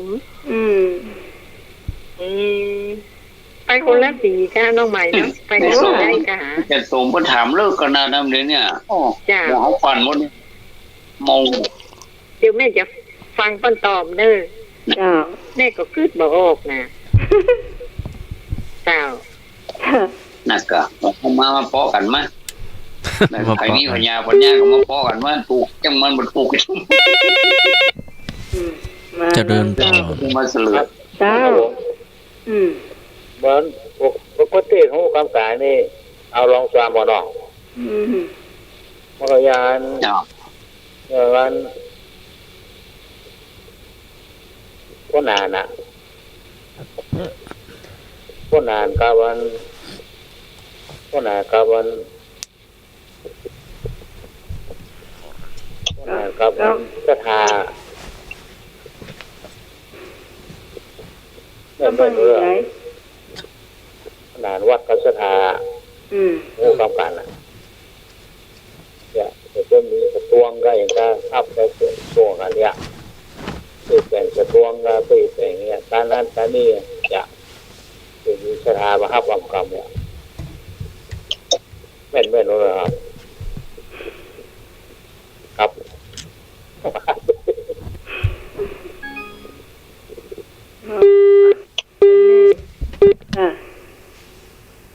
เจ้า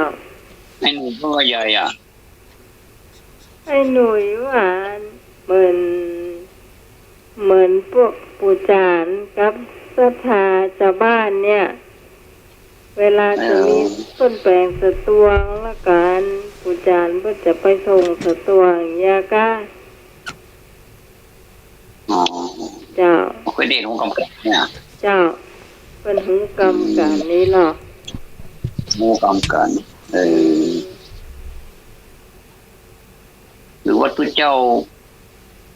ก็ผู้จานถ้าผู้จานนั้นรัตนาศีลเพื่อของหูกำกันเพื่อกับปันศีลเนี่ยนี่กะทำนองเดียวกันเยอะเกี่ยวเนาะเดี๋ยวเฉลยละเอาก็อุ่นใจเฉลยเนี่ยเดี๋ยวนี้นะหรือว่าเป็ดไปตำเอามากดตัวเป็ดเขาบอกตำพะยาปอกบอกเป็ดตัวสูงเลยไปตำเอากดตัวเป็ด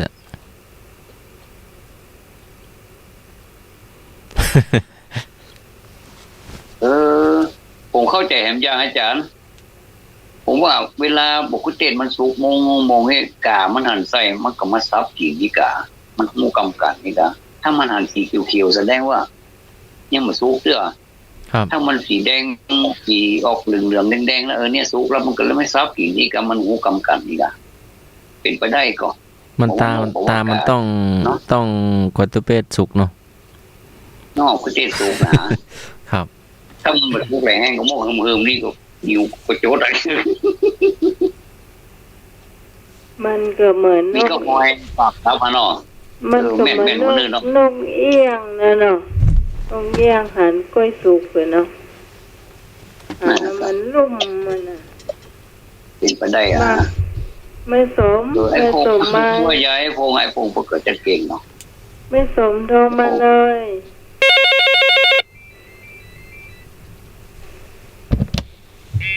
ได้ยินพระเจ้าที่หูกำเพดนี่นะคือว่าคูณมันจะไปที่ไหนมันจะไปลากอะไรอย่างกันแค่มันจะไปที่ไหนกันแค่เนี่ยแต่มันมี2คูณเนาะมันหูกำกันเนี่ยมันพันภาพแต่ใส่กันเนี่ยไปเนี่ยจ้ะมันหูกำกันนะแล้วก็เอาหมอหูเขาว่าเฮ้ยมึงไปไหนกันเนี่ยมันต้องถามเนี่ย ทีมันห้องกำเพดสองคนท่านมันแตกกันไปละอืมอันทว่าตอบถูกจ้ะที่เขาโตเข้าวนอ่ะแล้วมันก็เต้นห้องกำแก่นี่แหละอันแก่มันก็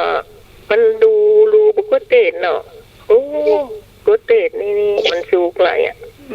มันแน่กินได้อะไรอ่ะคือเนี่ยแก่มันหูอ่ะมันก็แสดงว่าเอาใจถูกแล้วมันก็เจ้าถูกละเจ้าถูกต้องเก่งมากๆเลยเจ้าเก่งมากโอ้ขอบคุณมากเนอะโอ้ยากเหมือนกันเนาะคนนี้นะยากกันท่านใดที่จะมาเพื่อกันห้องมาการที่สองพยาถามเชิญเลยเจ้าครับผมเป็นน้อยวันนี้เป็นจานเป็นนานวันนี้เป็นจ้างซอครับน้อยวันนี้เป็นน้อยวันนี้เป็นปูจานเป็นนานวันนี้เป็นจ้างซอครับผมนิมนต์ท่านธรรมเจ้าใครจะวิจารณ์จะ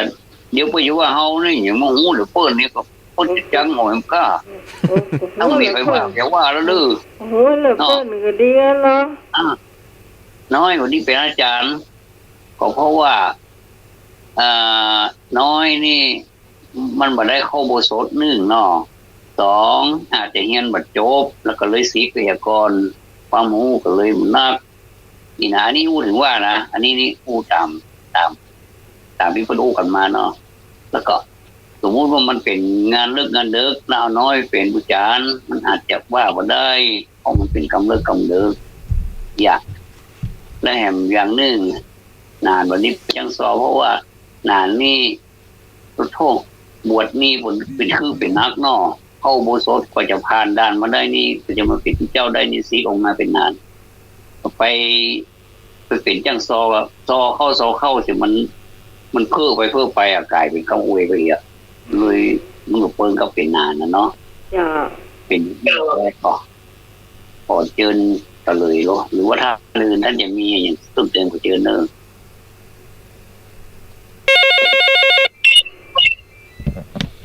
ครับเยี่ยมจริงๆครับท่านถูกต้อง2ครับแม่นเลยครับเสียงกระทองกระแทกบรรยายเลยผมถูกต้องเลยเจ้าครับถูกต้องเห็นกรรมหนึ่งนี่กรรมไม่อยากตะใดไปไหนกันเขาเลิกเขาเดึกรับทันทีเลยคนว่าใหญ่แกกี่ใส่หรือกี่ไผ่ไอ้พงบอกว่าตอบถูกแล้วอันนี้น้องใหม่บอกเจ้าคนเนอะคนปุ๊บพอใหญ่เนี่ยเดี๋ยวนี้ไม่มาถูก2เตื้อแล้วอันนี้น้องใหม่ถามตามต่อไปนี่เขาเลิกเขาเดึกเจ้าโอ้โหเลิกคนเดิกกับเดียวนี่มันกี่ทุ่มแล้วมันก็เดิกแล้วก็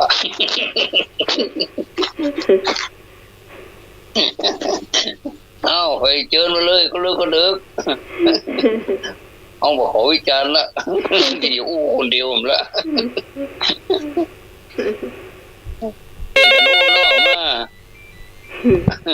เข้ามาเลยเลิกก็เดิกอ่ะโอ้ไปช่วยเพื่อนงานวัดห้วยปีกบ้านปีกกองโอ้เอาเลิกก็เลิกอยู่ในดอกไฟวันค่ำโอ้ยฝืนหุ่งใจอ่ะไม่หวานฝืนหุ่งเป็นวันค่ำไม่เหรอค่ำเหรอไปตั้งแต่เช้าที่ได้เข้าได้เก่งแม่ได้ก็น้ำมาเหรอ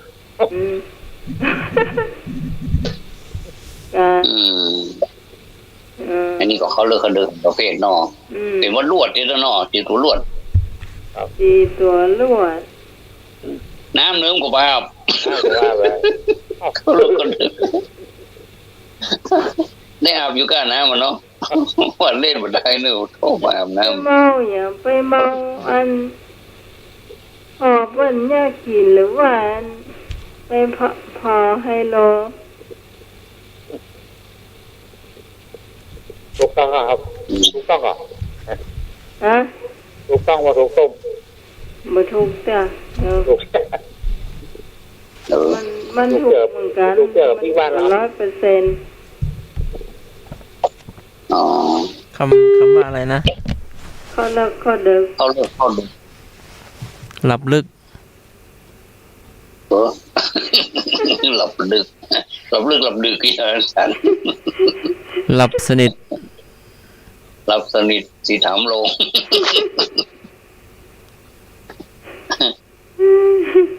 หลับงัวเงีย งัวเงียตื่นขึ้นมาอู้หูเรื่อง หลับสลึมสลือ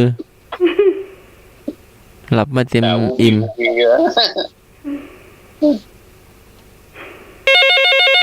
นะ มันจะได้ เจ้า มาตอบ เจ้าสวัสดีเจ้าสายนี้ว่าได้ ฮัลโหล ได้เจ้า อยู่หน้าไม้แล้วเนอะว่าเลย โอ้เลยเนอะ ไอ้แซ่บ เสียงไม่ค่อยได้ยินผมเลย เจิน โทรศัพท์นี่อย่างใดสวัสดีเจ้าน้องหมายไว้สาท่านทวัดแล้วก็ อ๋อเจริญพรเน ท่าน อะ เจ้า คือน้องได้ยินแน่ชัดเจน เขา เล เลิก ย เขาดึกนะเจ้า เจ้า เขาเลิกเขาดึกเวลาเขาเนี่ยอย่างน้อยบ่ฮู้จักพอเอาเพิ่มติ๊กๆนะคะเจ้าแต่เขาเลิกเขาดึกเป็นติ๊กๆอะเจ้า อืม ปะอี้กับปอเตี้ยเอาแหมน้อยเนยอ่ะเนี่ยเขาเลิกเขาดึกอ่ะถูกบ่ถูกฮู้นะเจ้า เจ้า เจ้าดิถ้าฟังนะเจ้า เนาะ เจ้า แป้นก็ พูดเหมือนกันแต่บ่100%มาแล้วเสียเตือมีส่วนถูกเอ้าไม่แดงขึ้นจะได้เอาเลยสู้กับน้องไหม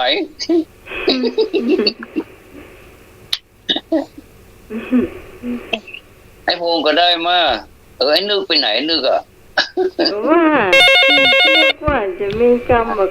าถามนะ โมเนอร์มา เขาหมาย เจ้า เขาเลิกเขาดึกดิกะ ยังเขาไปที่ไหนเป็นประคู่มาอย่างเนี้ยไปอย่างล้ำเหลือไปเขาเลิกเขาดึกมันจะมีน้ำมันจะมีโคนะอ่ะเข้าเลิกเข้าเดินเข้าป่าเข้าอย่างไปเลิกๆอ่ะมันจะเป็นโคเป็นน้ำมันจะเป็นอย่างว่า ดงปะดาแอมงอ เอายังจะเข้าดงบดะมาเถอะ อันนี้ถูกต้องเลย ถูกก็ ถูกต้องเจ้า ไปเข้าไปยังมันคูมันเป็นโคเป็นยังเนี่ยเข้าไปดงบดะติ๊กถอยมาเลยอย่าง ดงปะดาแล้วเดี๋ยวนี้มันหายไปละดงปะดาออกมาแล้ว เจ้า เข้าหลงตางเหียนนะเนาะหลงตางปีกมาไม่ได้นะเขาเลิกเขาเดิกนะอันนี้ไม่แดงนี่ถูกเป๊ะเลยนะ ว่าเวลานาทีก็ถามต่อเนาะไม่แดงนี่ถูกเป๊ะเลยเนาะเจ้านี่คือคำตอบที่เราต้องการเจ้ามานี่คุณจะมาถามเรื่อง เจ้า เจ้า อันไม่อย่าตอบไปจะถามไปมคล้องเนอะแต่อยู่แน่พอแน่บ่หันอย่างเจ้าก็หมายว่าได้เจ้า อยู่หน้าพอหน้าบหัน เจ้า อาจารย์มักเก่งเรื่องพวกนี้นะนิมนต์ ตาอยู่หน้าพอหน้าบ่หัน แต่อยู่แน่พอแน่บ่หัน ตาเล ตาทัว คือได้ก็เป็นเนี่ย ขี้ตารักษาตา คนอื่นอาจารย์ ใช่โคเจ้า อ้าวตาอยู่หน้าหัวหน้าบ่หันน่ะอธิบายมารู้ ตาบวม ตาบุตาปองตาแดง เป็นต้อ ตาไม่ลืม ไม่ใช่ ตาโมก ไม่ดูตาม้าตาเรือ โอ้ไปใหญ่จริงๆก็เขาเลิกเขาเลิก ไอ้ฮู้ก็ตอบมาเลยนะเจ้าม อง จะวิ่งไม่ได้นะ ม แม่ องหางตา ไอ้ยังไงวะจ๊ะ มอง มองหางตา ปูหมดแล้ว ทำตา คุณตอบมานะเจ้า แยะตายิบยิบ ถ่ายยิบๆแบบแม่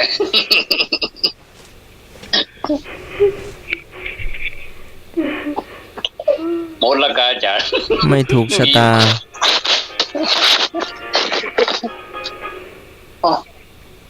พอฮ้อนกว่าเอ้ยเปิดพัดลมหมดเลยให้หัวจะพอฮ้อนอ่ะ เจ้า เข้าทางนั้นก็ได้ อะ ตาอย่างก็ ตายุ่นแน่ ตาพี่ พ่อ หน้า แม่บ ตา อก หวานบอกแม่ ตา ตามีมนหน้าพอหน้ามาหัน ตามันยุ่งแน่เขาเลี้ยงเอาพ่อแน่เขาบ่หัน เจ้า เจ้าหรืออีกความหมายหนึ่งเนาะ เจ้า ดวงตามีบนใบหน้าก็จริงอยู่แต่มามองมาเห็นหน้าตัวเก่าเหตุการณ์อยู่ข้างหน้าจังยัยเราก็บอกทางหน้าเนาะเป็นคนจมอยู่กับความคิดเก่าๆอ่ะที่ล้าสมัยเล่นก็ฮะ ยังไม่ใช่เต้เตี้ยเจ้าเก็บดิเก็บถูกแล้วเจ้า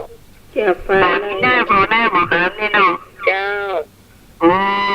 นึกว่ามันมีการดวงตามีใบหน้าก็จริงอยู่แต่มันเคยพอหน้าตัวเก่ามาหันในกับเหตุการณ์ตั้งหน้าเนี่ยเป็นคนที่จมอยู่กับความคิดเก่าๆที่ล้าสมัยพ่อยังก็มาหัน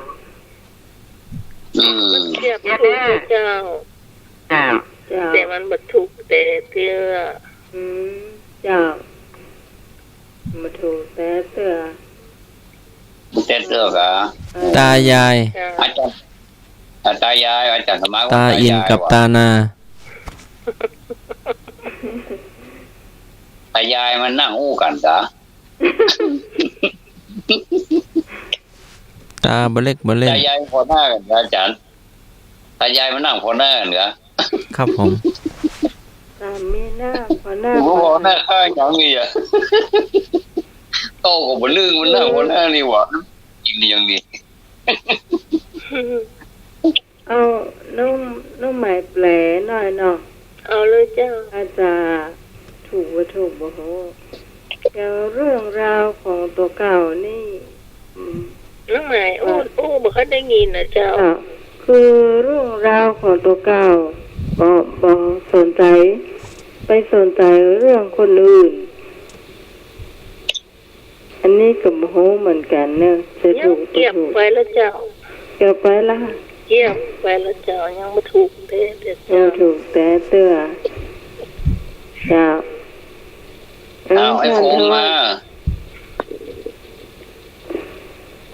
ไอ้นุยก็ได้มาใครก็ได้มาด้วยกัน เดี๋ยวก่อนโยนไว้หน่วยเปิดโทรศัพท์เจอหน่อยว่าเข้าตัวคุณมาได้แต่ก็เลย ว่าพี่ตองพี่ตองรอพี่ตองไหนมา การกลับหมายเลขโทรกลับแล้วค่ะ นั่นอันนี้มันต่อปัญหาด้วยกันนะมากิ้วนึงเนี่ยนะ ก็หนูหัวดาวจริงๆละ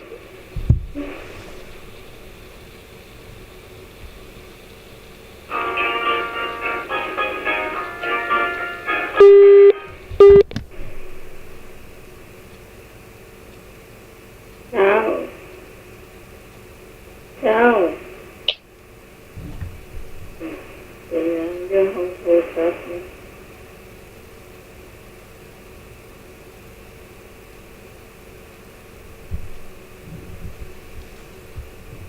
พูดไปเลยจ้ะพูดไปเพราะว่าเสียงหายเนี่ยเสียง เสียงน้ำไหมได้ยินอยู่ เสียงท่านเพราะว่ามาเข้าตำบลมาได้มันต้องเข้าตำเพเจ้า ตา เจ้า ตาไม่น่าพอหน้า พ่อตามมา ตามีหน้าพหน้ามหารมันหมายความว่าจะใด อ๋อไม่ได้หวานคนหลับคนรวยนะครับ เบาวิทยุหน่อยกัน รวยแบบแรกอ่ะ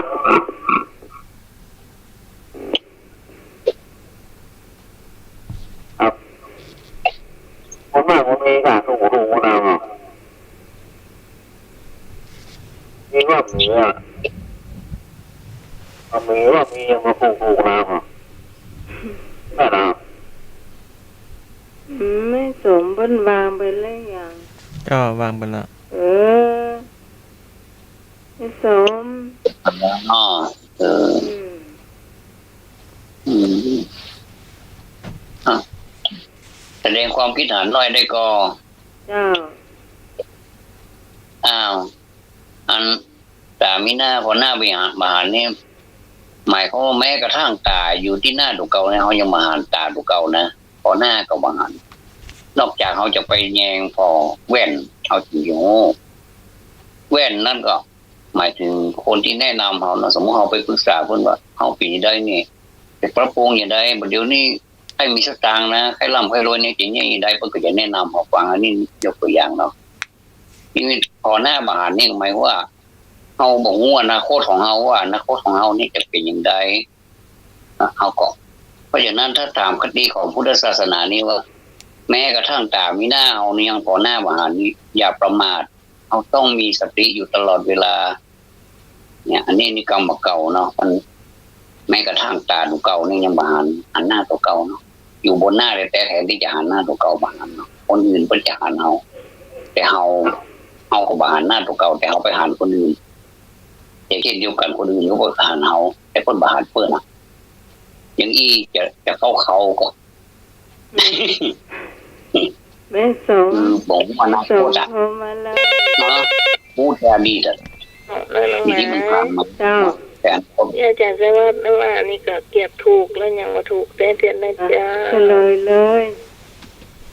แต่อยู่แน่บนแน่บหารนี่นะ เจ้า เพราะว่าเฮาเนี่ยอยู่ทุกวันนี่นะเขามีงานมีการอะไรอย่างอย่างว่าเขาจะแล้วอย่างวันนี้เอามาให้แล้วสักกรรมเอาวันทุกก่อนเราจะให้แล้ว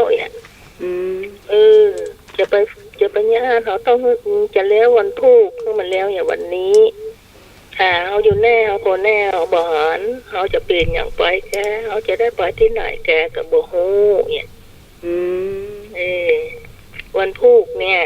เราจะได้ไปไหนแกแล้วเขาจะเปลี่ยนอย่างแกอย่างกับบ่ฮู้เนี่ยเราต้องรีบทำให้มันเสร็จ เจ้า ประมาทนะเนาะรีบทำเนี่ยเนาะคิดจะได้ก็ทำเลยเนาะมันก็ การงานไม่ข้างค้างเนาะ อย่ามาคือกัน ข้างๆเป็นอาคูนเนี่ยก็แต่เขาอยู่แน่เนี่ยเขาคนแน่เขามาหารตั้งแน่เขาจะมีอย่างแกกับบ่ฮู้ แล้วเราจะนอนหลับอ่ะงานข้างค้าง เอาไปเก็บ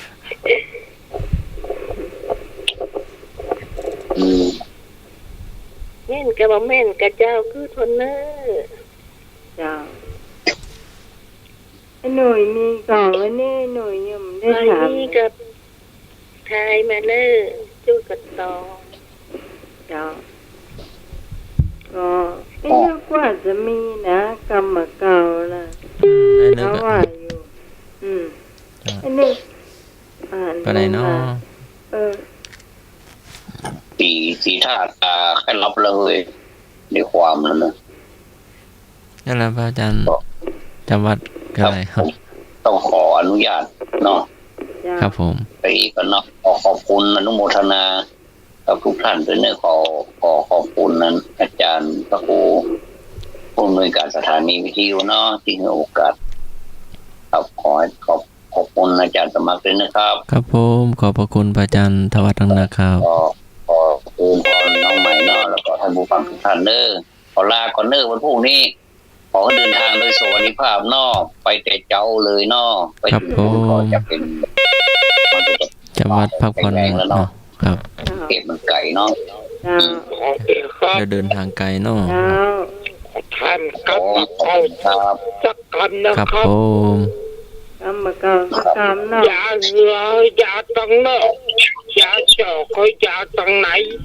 โอ้ ช่วยอธิบายนะครับ ถ้าว่าถ้าวางไม่เห็นแล้ว ยาเหงือยาตังนอกยาเจาะยาตังไหน มันหมายความว่าใดครับ เอาขี้ซียาน้ำคุ ไปจ่ายเย้ ว่าเตือนขอจังหนังไป เหงือตอนก่อนผมเคยพาผู้อยู่น้ำหลง น้ำปิงอ่ะ ยาเบื่อ น้ำท่วมจ้ะน้ำหลงน้ำท่วมกูปี ยาพิษ ยาเหงือคือยาตังนอกยาเจาะตัดที่น้ำแน่นะครับเตี้ยเปิ้ลคูบน้ำโต้น่ะยาเจาะคือยาตังไหน หมายความว่าจะได้ หมายความว่าใดครับ ยาสมุนไพรอายุยืน ไปจ่ายเย้มาคนละยา คนละยา ยาพาราเซตามอล ไปจ่ายเย้สมมติว่าเหือมัวจะจากตรงนอกก็ว่าตรงไหน ตังนอก ก็ปะดังก้าจากรอบนอกถ้าจะปะได้โอ้ได้ครับผมเคยยาตรงนอกนะ หรือว่ายาตรง ยาตรงไหนไปอยู่น้ำเข้าอยู่เข้ายายาตรงไม้พายก็ได้ ไปยานไม้พายปุ้นตัวเหือมัว หา ตัวเรือมันรั่ว แล้วก็เอาน้ำคุตักเอา เรือพาย ไปจ่ายเย็น นั้นก็เอากระบวยตักออก โอ้กับกันเดี๋ยวหมุกอกเต็มร้านน้ำหัวเข้าหนึ่งเหือ ไปอยู่ เอาขี้หยาเขายาตังนอกมัน ยาตอนลอยน้ำแล้วหรือว่าเอามายาตนบนบก บนบกอ่ะเอา อ๋อ ควมหลงควมเหือกาปีเนี่ยเรือกาปี ก็นึกว่าไปยาอุดในน้ำเลย ไปจ่ายไปมันไปอยู่เฉย มันก็ต้องยกมาตั้งบ เพื่อน เอาควมไว้ลูก ความเพื่อมัน นั่นเอาเกาตาช้างหรือว่าเอาอย่างอ้าย เอาขี้หยา ขี้ยาเป็นยังไงหน้าตา ผมอธิบายไปถูกให้มันยางไปนะ ยางมันออกจากยางพาราหรือว่ายางไหน ฮอนเนอ เห ร์ มือนที่ตังเนียเนาะ มันเนี่ยมันเดียวกันนะยางหยา อืม ขี้ตังนี่ ยาจอกนี่ยาตรงไหน ผมอยู่วัดตะกอนก็เอาเตียนขายในยอดจอกพัดกินน้ำเนี่ยเต็มเป็นควบน้ำต้นน่ะโหน่ะเยือกน้ำแบบจะมีอย่างประเดี๋ยวรู้แบบจะมีเยือกน้ำมีการน้ำต้นแก้วก็แบบจะมีแก้วมีกระป๋องจอก อันนี้เป็นกรรมเก่าเอาช่วยอธิบายตัวนะครับ ท่านทวัดเกิดลาเวลาขั้นสมัครอธิบายกันได้เลย สมัครกันอธิบายกับไปทางใดทางมาอ่ะ มันออกจากไม้อะอย่างยาตัวนี้ ผมโหนะเปิ้ลมาเอามันอย่างไรโหเนอะเอามายาเหลือสำลายยา อ๋อมันสีดำหรือมันสีขาว สีดำครับ ว่าจะไปเอาจากขี้หันหม้อมาเนาะ หมอเนอะ ฮะ มันเป็นกลางเป็นเนวอ่ะ มันอยู่ที่ต้นไม้ มันนะ มันอยู่ที่ต้นไม้ชนิดหนึ่ง แต่ทำไมเคยไปเล่นอยู่เนาะ เฮ้ย อ๋อต้นไม้นี่นะต้นสูงกว่าไหม ต้นไม้ใหญ่ต้นไม้ใหญ่เนี่ยที่ตังนี ขีดตั้งนี้ มันจะอยู่เนี่ยต้นฮ้องว่าต้นไม้เนี่ยมันจะอยู่มันยืนอยู่ต้นไม้เนี่ยเนาะ ขีดตั้งนี้กะแต่ภาษาไทยเรียกว่าอย่าง นะแล้ว ค ก็ นก็บอกว่าตะกี้ตังนี้ภาษากลางไม่ยอมหูนะ ต้นขีดตั้งนี้ ใช่ต้น ที่ตังนี้ถ้าจากอันตกา ยังหู แต่ยางมันเรียกว่าขีดตั้งนี้แต่ต้นบ่ฮู้เนาะ ยางมันจะอยู่ในโพรงไม้ฮะ ยางขีดตั้งนี้ ต้นไม้เป็นโพรงแล้วก็มันจะอยู่นะเหนียวมันจะอยู่แท่นนะครับ เปิดยามีดก็ได้เนาะ แล้วแหมกำเป็นว่าอย่างนะชื่อมันนะชื่อภาษากลางอ่ะ บ่ฮู้นะ บ้านเขาว่าขี้ตังนี้ภาษากลางว่าหยองผมลืมเหี้ยชันระลง ชื่อแมลงขนาดเล็ก ชื่อ ห ชัน ลาย ระ ช ล นิด ง หลายสกุลว่ะขีดตั้งนี้ความหมาย ชื่อแมลงขนาดเล็กหลายชนิดหลายสกุล ครับ โดยทั่วไปมีขนาดลำตัวยาวไม่เกิน10 และชันระลงมาจากครับชันระลง ขี้สูตรขี้ตังนี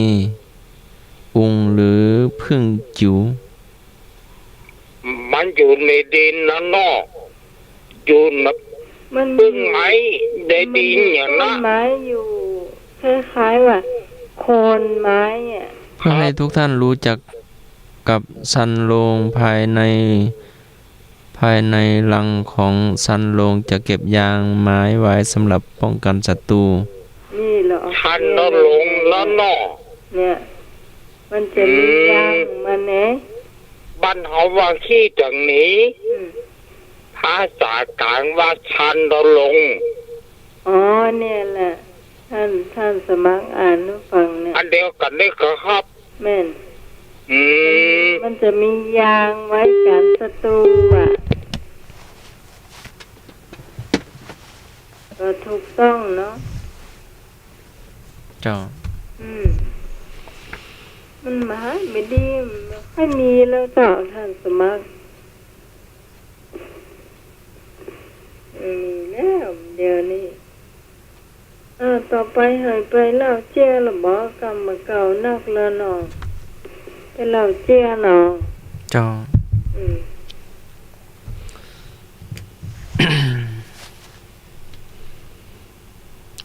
เพื่อนก็เล่าอยากให้มีอะไรก็ปันกันทาน หรือว่าไม่ต้องซื้อทำกับข้าวเนาะบ้านน้ำไหมมีข้าวหลามเงี้ยบ้านท่านสมัครมีลวกผักเงี้ยก็ไปแลก แล้วก็จะรู้จักกันอบอุ่นกันแล้วก็มีความสัมพันธ์กันเรียกว่ากำเมืองเรียกว่านะพริกบ้านเหนือเกลือบ้านใต้อะนั่นแหละเพิ่นอยากจะย้อนไปสมัยโบราณอะคล้ายว่าปลาตัวเดียวกินเปลืองปีสมัยโบราณมันต้องมา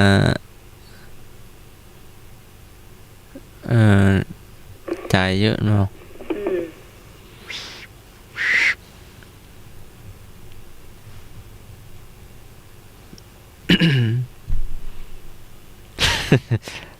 จบไปหนึ่งเรื่องเนาะก็ดีเนาะอบอุ่นดีเนาะมีอะไรก็แลกกันปันกันไม่ต้องซื้อเยอะเนาะหรือว่าจะได้ลดรายจ่ายแล้วก็ให้ต่างคนก็รักษาจิตใจไว้เนาะ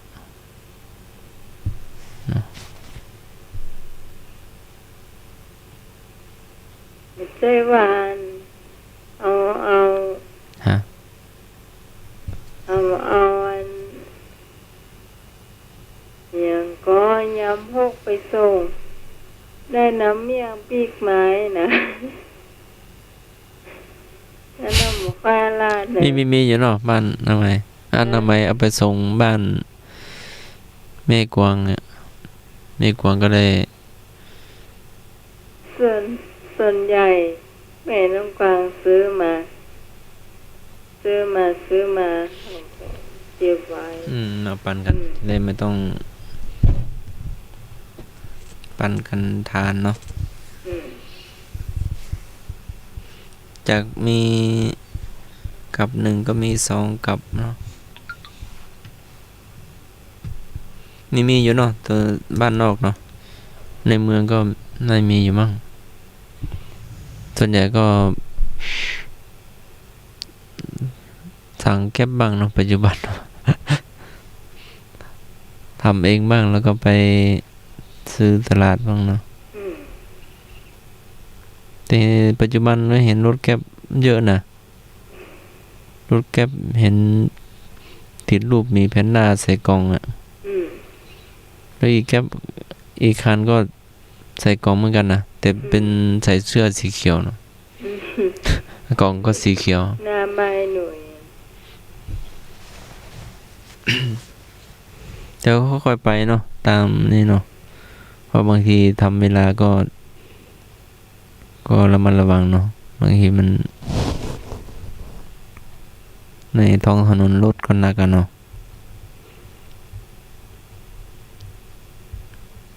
10-20 นาทีนะ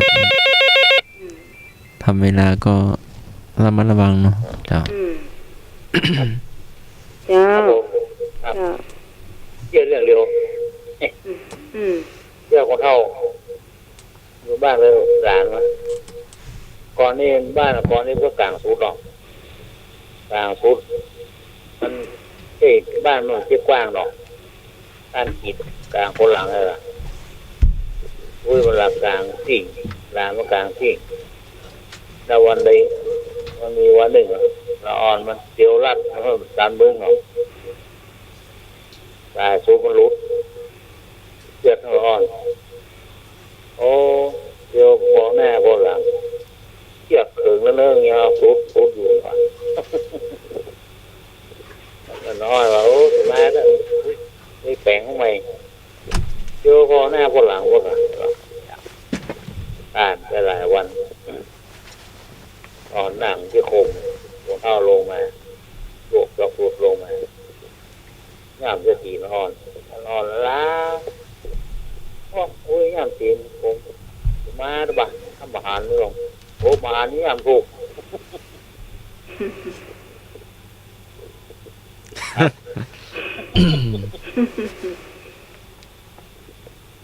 เหยียบตีนเพื่อนเลยย่ามตีนร้านแล้วก็อ่อนล้าโอ้ยย่ามตีนเอาอย่างมาแล้วบ้าอาหารเบื่อเลยโอ้อาหารนี่ย่ามถูกปุ๊บ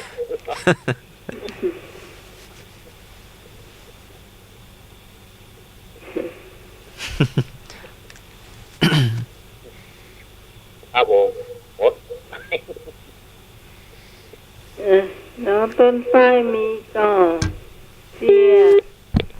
เจ้าคนละเรื่องเนาะอันไหนมีเจียจะเล่าเจ้าเดี๋ยวนะเจียเล่าเจียนะเจ้าช่วงนี้เวลา น้อย อีกเรื่องหนึ่งเนาะรอท่านฟังโทรมาได้เนอะ052010462เบอร์ท่านสมัครก็ได้เนาะตอนนี้พระอาจารย์ทวัดจำวัดเนาะพรุ่งนี้เตรียมตัวเดินทางแต่เช้าไปเตรียมฝึกเทศเนาะไปสอบผลเนาะ ไปสอบก่อนไปสอบถ้าผ่านนี่ก็จะได้ไปอบรมวันที่15จนถึงสิ้นเดือนเนาะ ครับพระอาจารย์นุกก็ไปตัวเนาะ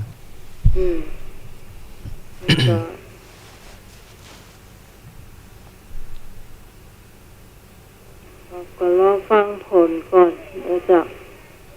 ฟังผลวันที่11กันเนาะ จ้าวันที่11วันที่10สอบเนาะ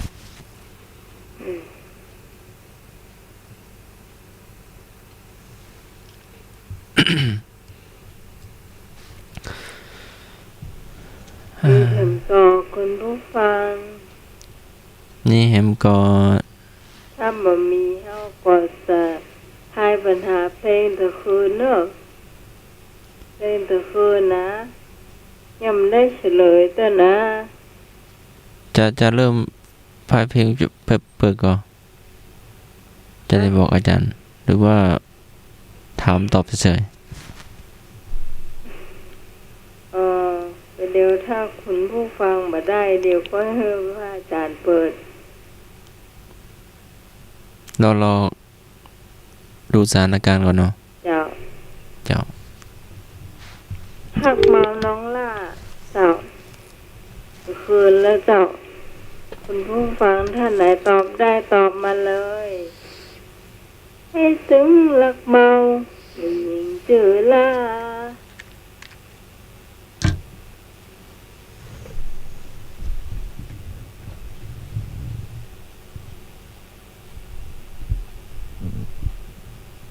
น้อยวาสนาน้องลาบอกเคยเลี้ยวถึงรักเมาเจ้าบอกเจ้าก็รักเมาน้องลาน่ะไผห้องไอ้คำปันเกยโอ้โหแต่ว่าแล้วนะถามนะเดี๋ยวก่อนไม่ใช่ไอ้คำปันเคยกะไอ้แก้วหลอดฟ้าคำปันเคยนี่ไม่จ่ายละเวลาที่มันร้องอย่างก็เพลงสาวคุดปูไม่แล้วเนี่ยไอ้แก้วหลอดฟ้าถูกต้องเจ้าตะคืนแล้วนะเขาช่วยหนุ่ยบ้าหัวนะไอ้หนุ่ยสาโตขอมมันนอนมันหลับไปเลยมันแก่งเขาตอนหนึ่งคืนแล้ว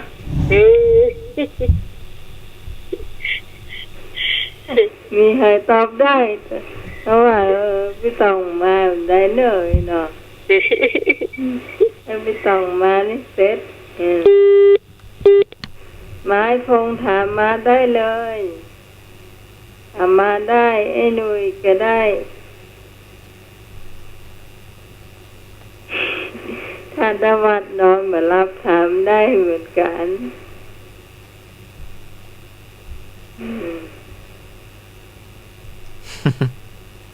เจ้าอยากถามก็ได้เจ้าคุณผู้ฟังที่อยากถามเพลงไอ้พงมาเลยเจ็บหัวตั้งแต่วานแล้วอย่า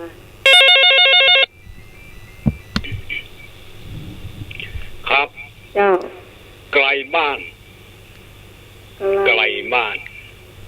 ลูกกรุงเนอะเอาลูกกรุงเนอะ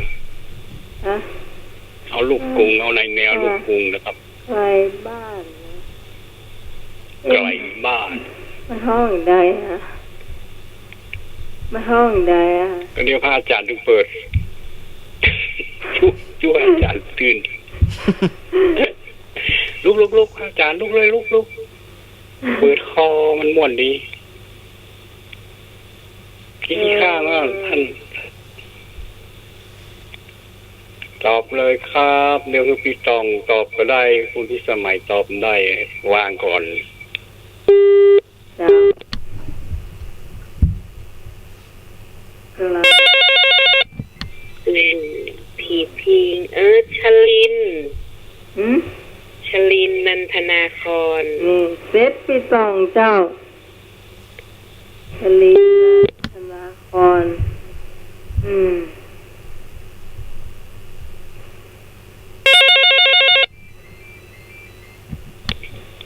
ครับถูกต้อง ต้องเหรอ มันมีคนห้องอยู่สองคนชลินต้นฉบับแล้วก็ญาตินภไลกับห้องครับเก่งมากพี่ตองมาหับรางวัลให้เนอะ มันแซมไม่นะขึ้นรถมันนะ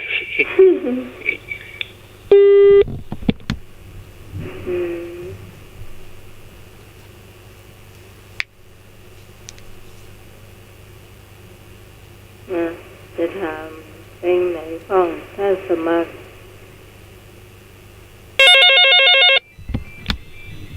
เจ้า ครับผมขอให้เหมือนเดิม ขอให้เหมือนเดิม มันห้องใด ขอให้เหมือนเดิม ขอให้เหมือนเดิม มันต้องห้องสวยเพลงลูกทุ่งลูกกรุง ทุกองครับ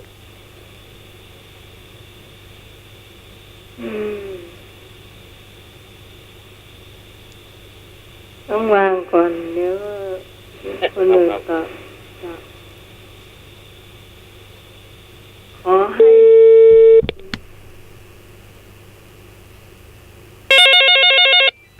มาแล้วเจ้า ครับผม เจ้าว งสุนทราภรณ์ครับ จ้า สุนทราภรณ์ อืม ครับผม เจ้า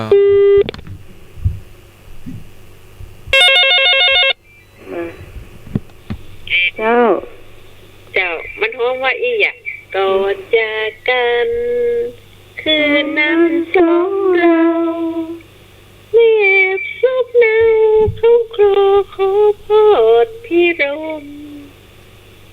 หวานล้ำบำเลอเพื่อให้ชิดชม โอ้กอดเล้าลมชื่นใจเวลารอสุนทราภรณ์ เจ้า เจ้า ต่อไปเพลงต่อไปกระซิบสวัสดิ์เจ้ากระซิบสวัสดิ์